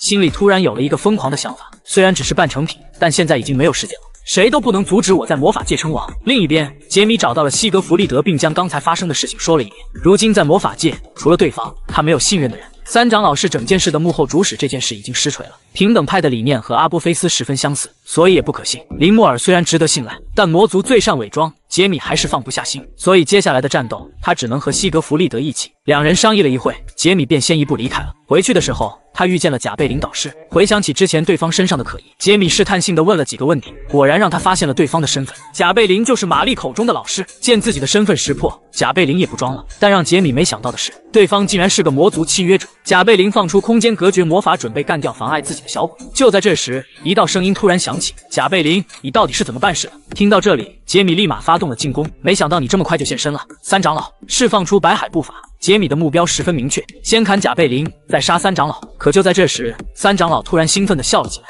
哈哈，他上钩了！下一秒，无数的丝线将杰米牢牢捆住。三长老一脸戏谑地说道：“你们这些天才总是喜欢掉以轻心。”殊不知，话还没说完，天花板突然传来一声爆炸，西格弗利德从天而降。然而看到对方，三长老笑得更欢了。千里送人头，礼轻情意重。既然来了，那就一块收拾了吧。千里送人头，礼轻情意重。西格弗利德刚一出场就被一道不知名的封印给困住了，他试着想要挣脱，但却没什么卵用。三长老一脸戏谑：“别挣扎了，这可是我好不容易找到的封印术，连大长老和二长老都无法挣脱。”西格弗利德一脸惊愕，还不等他搞明白这些，贾贝林便催动封印将其关了起来。杰米发出一声轻笑：“西格弗利德很快就会出来的，你们这群老东西不会连这都想不到吧？你这小子死到临头还在嘴硬，我看你是找死呢。”话虽如此，但三长老并不敢真的杀死杰米，因为他背后的威尔顿家族和贝尔家族可不是好惹，一旦找上门来，必定会影响他们的计划。贾贝林表示先抹除他的记忆，可就在他准备动手的时候，杰米突然笑了起来。呵呵，你确定隔绝魔法已经布置好了吧？贾贝林心头一惊，但下一秒他的身体就在杰米面前炸开。没错，刚才杰米所使用的正是利维坦的力量。怪就怪对方离他太近了。看着杰米身上的黑色魔力，三长老一脸惊愕：“你居然是黑魔法师！”杰米眼神一冷：“你知道的太多了。”三长老惊恐地发动魔法，杰米躲都没躲，任由对方的魔法打在身上。你连我的包皮都割不破，还想着杀我？今天就让你见识一下什么叫做魔剑！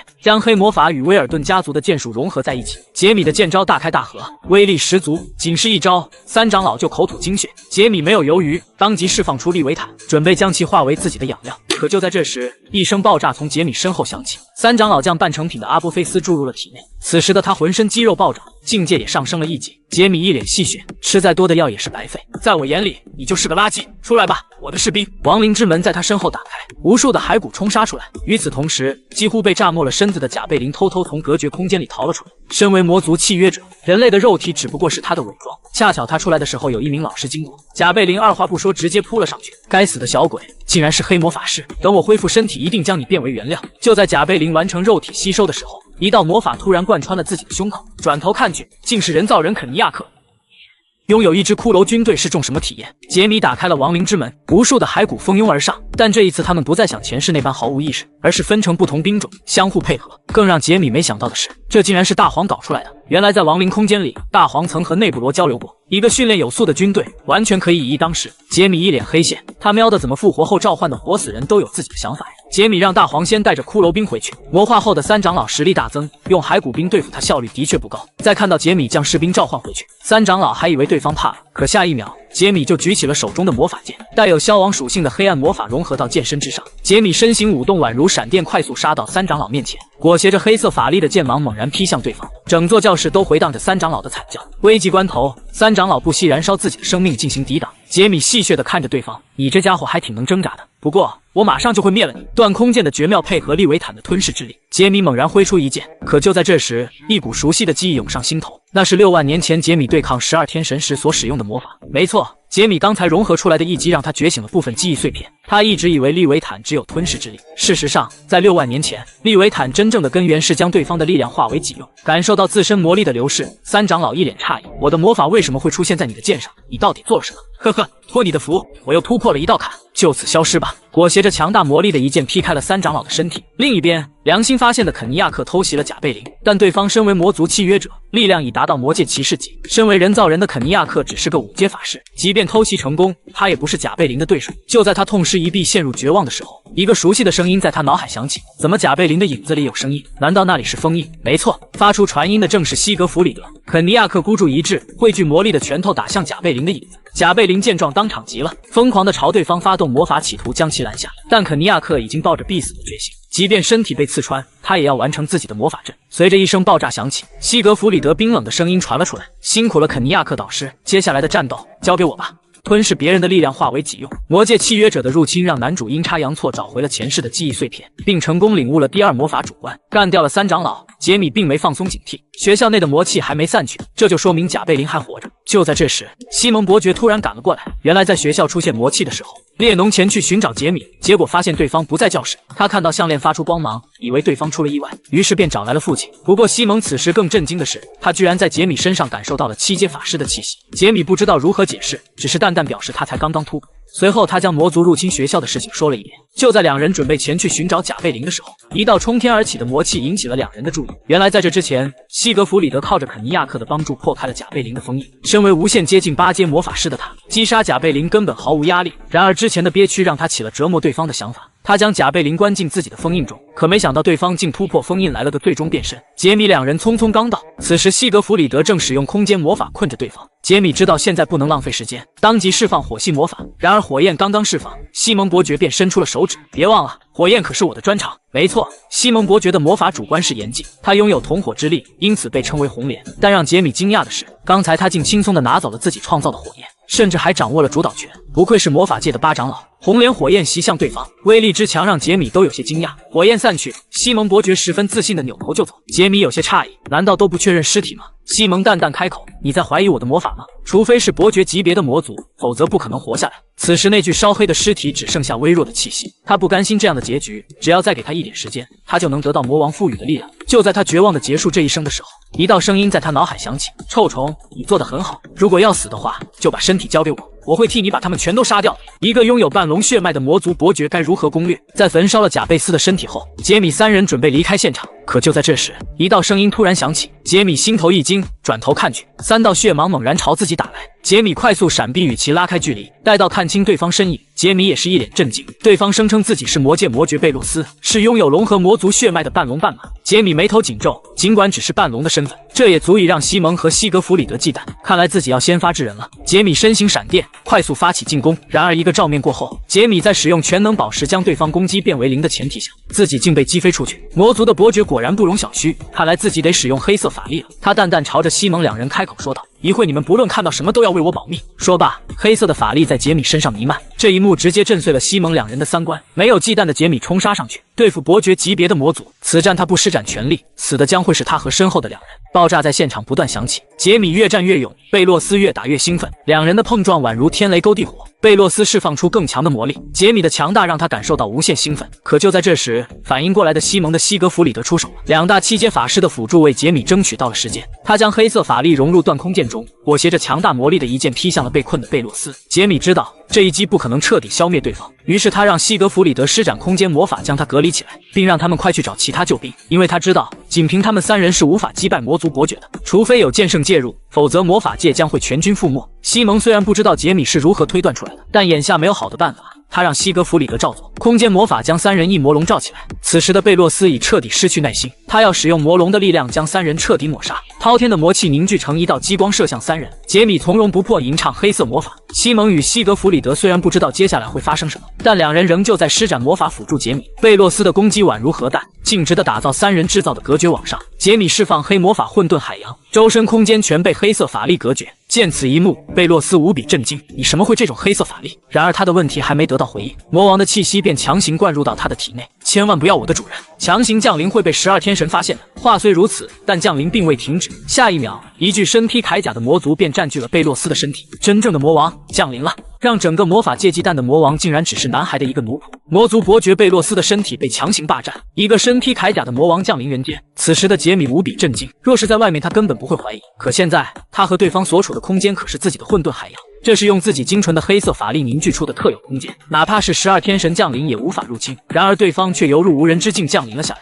但更让他感到莫名其妙的是，队长一张口就问自己是如何学会这种魔法的。杰米的 CPU 都快要烧了。魔王的降临无疑是打破了因果的平衡，如果他们降临，12天神同样也可以做到。况且自己身后还有派罗女神存在，他们不可能不会发现。可为什么到现在都没有任何反应？这时魔王突然盯着杰米发出灵魂拷问：“那种黑色法力你是从哪里得到的？你到底是谁？”魔王的声音带有蛊惑行为，但仅是一瞬，杰米便挣脱开来。该死，堂堂大陆第一黑魔法师，竟然差点着了他的道。这个魔王到底是什么来头？见杰米没有受到自己的控制，魔王也是感到一丝震惊。他再一次质问杰米到底是谁，为什么敢直视自己的眼睛？杰米自然不会回答，他轻蔑的态度彻底惹怒了对方。魔王伸出手指指向杰米，下一秒，一股无比痛苦的感觉涌遍全身。杰米眼神一冷，你他喵的弄疼我了！杰米眼中散发的紫芒让魔王无比震惊。曾经那个人告诉过他，机缘巧合之下，普通人会获得黑色法力，但紫色的力量只有他亲自授予才能获取。他质问杰米的眼神到底是怎么一回事。然而此时的杰米比他还要震惊，因为魔王对他所释放的魔力同样也是黑色法力。该提问的应该是我吧？堂堂一个魔王，为什么会使用黑色法力？听到这里，魔王收回了法力，同时也将自己的头盔丢了下来。从现在开始，你最好向我解释清楚，否则我一定会让你下地狱。看到对方的容貌，杰米彻底亚麻呆住。是你吗，特拉肯亚？没错，6万年前，特拉肯亚濒死时曾让杰米将他炼制成活死人，就是为了和他一直对抗12天神。只是让杰米没想到的是，6万年过去了，对方竟然成了魔界的王。这个男孩不得了，6万年前炼制的活死人，如今竟成了令人闻风丧胆的大魔王。在听到杰米喊出自己的名字时，特拉肯亚顿时失去了理智。你到底是谁？这个名字只有我的主人知道。如果你的回答不能让我满意，我一定会……特拉肯亚的话没说完，杰米便打断了他。我是迪亚波罗，对不起，我来晚了。闻听此言，魔王顿时跪了下去。主人，真的是你吗？随后两人便聊了起来。杰米将他复活的事情大体说了一遍，同时询问对方为什么成了魔王。对于自己这6万年的过往，特拉肯亚也不知道如何开口，他索性将自己记忆放映给杰米看。在6万年前的诸神之战前夕，杰米为了不连累自己的手下，在大战前将他们全都遣散了。但特拉肯亚却是个十分忠诚且叛逆的家伙，他不听杰米的命令，坚持要和他一同对抗12天神。没有办法，杰米释放黑魔法将其流放到异空间里。然而他没想到的是，自己随意释放的传送魔法竟将对方送到了魔界。起初特拉肯亚十分沮丧，以为杰米是看不上自己的实力，抛弃了他。但直到后来他感受不到杰米的气息，才明白过来，对方是在保护自己。为了复仇，他开始在魔界疯狂历练，从一开始被其他魔王嘲笑，到后来成为伯爵，再成为魔王。特拉肯亚用实力在魔界站稳了脚跟，他给自己起的名号叫做血乳魔王，为的就是回到人间杀掉12天神，为自己的主人报仇雪恨。直到最近几年，他收到消息，12天神发生了内斗，已经分成了好几派。他感觉时机到了，于是开始寻找回归的方法。阿波菲斯是他研究出来的，虽然过程十分惨无人道，但为了能够报仇，他已经顾不了那么多，所以这才有了之后的事情。听着对方的解释，杰米陷入沉思。说白了，这一切的罪魁祸首都是自己啊！若不是当初自己将对方传送到了另一个维度，也不会发生现在的事情。不过特拉肯亚的坚持还是让自己很感动。他告诉对方，如今的这具身体实力还不够，虽然他能快速恢复到之前的力量，但这并不足以消灭12天神。他让对方先回魔界，等到需要的时候，他会联系他，而到那个时候，将会是和12天神决战的时刻。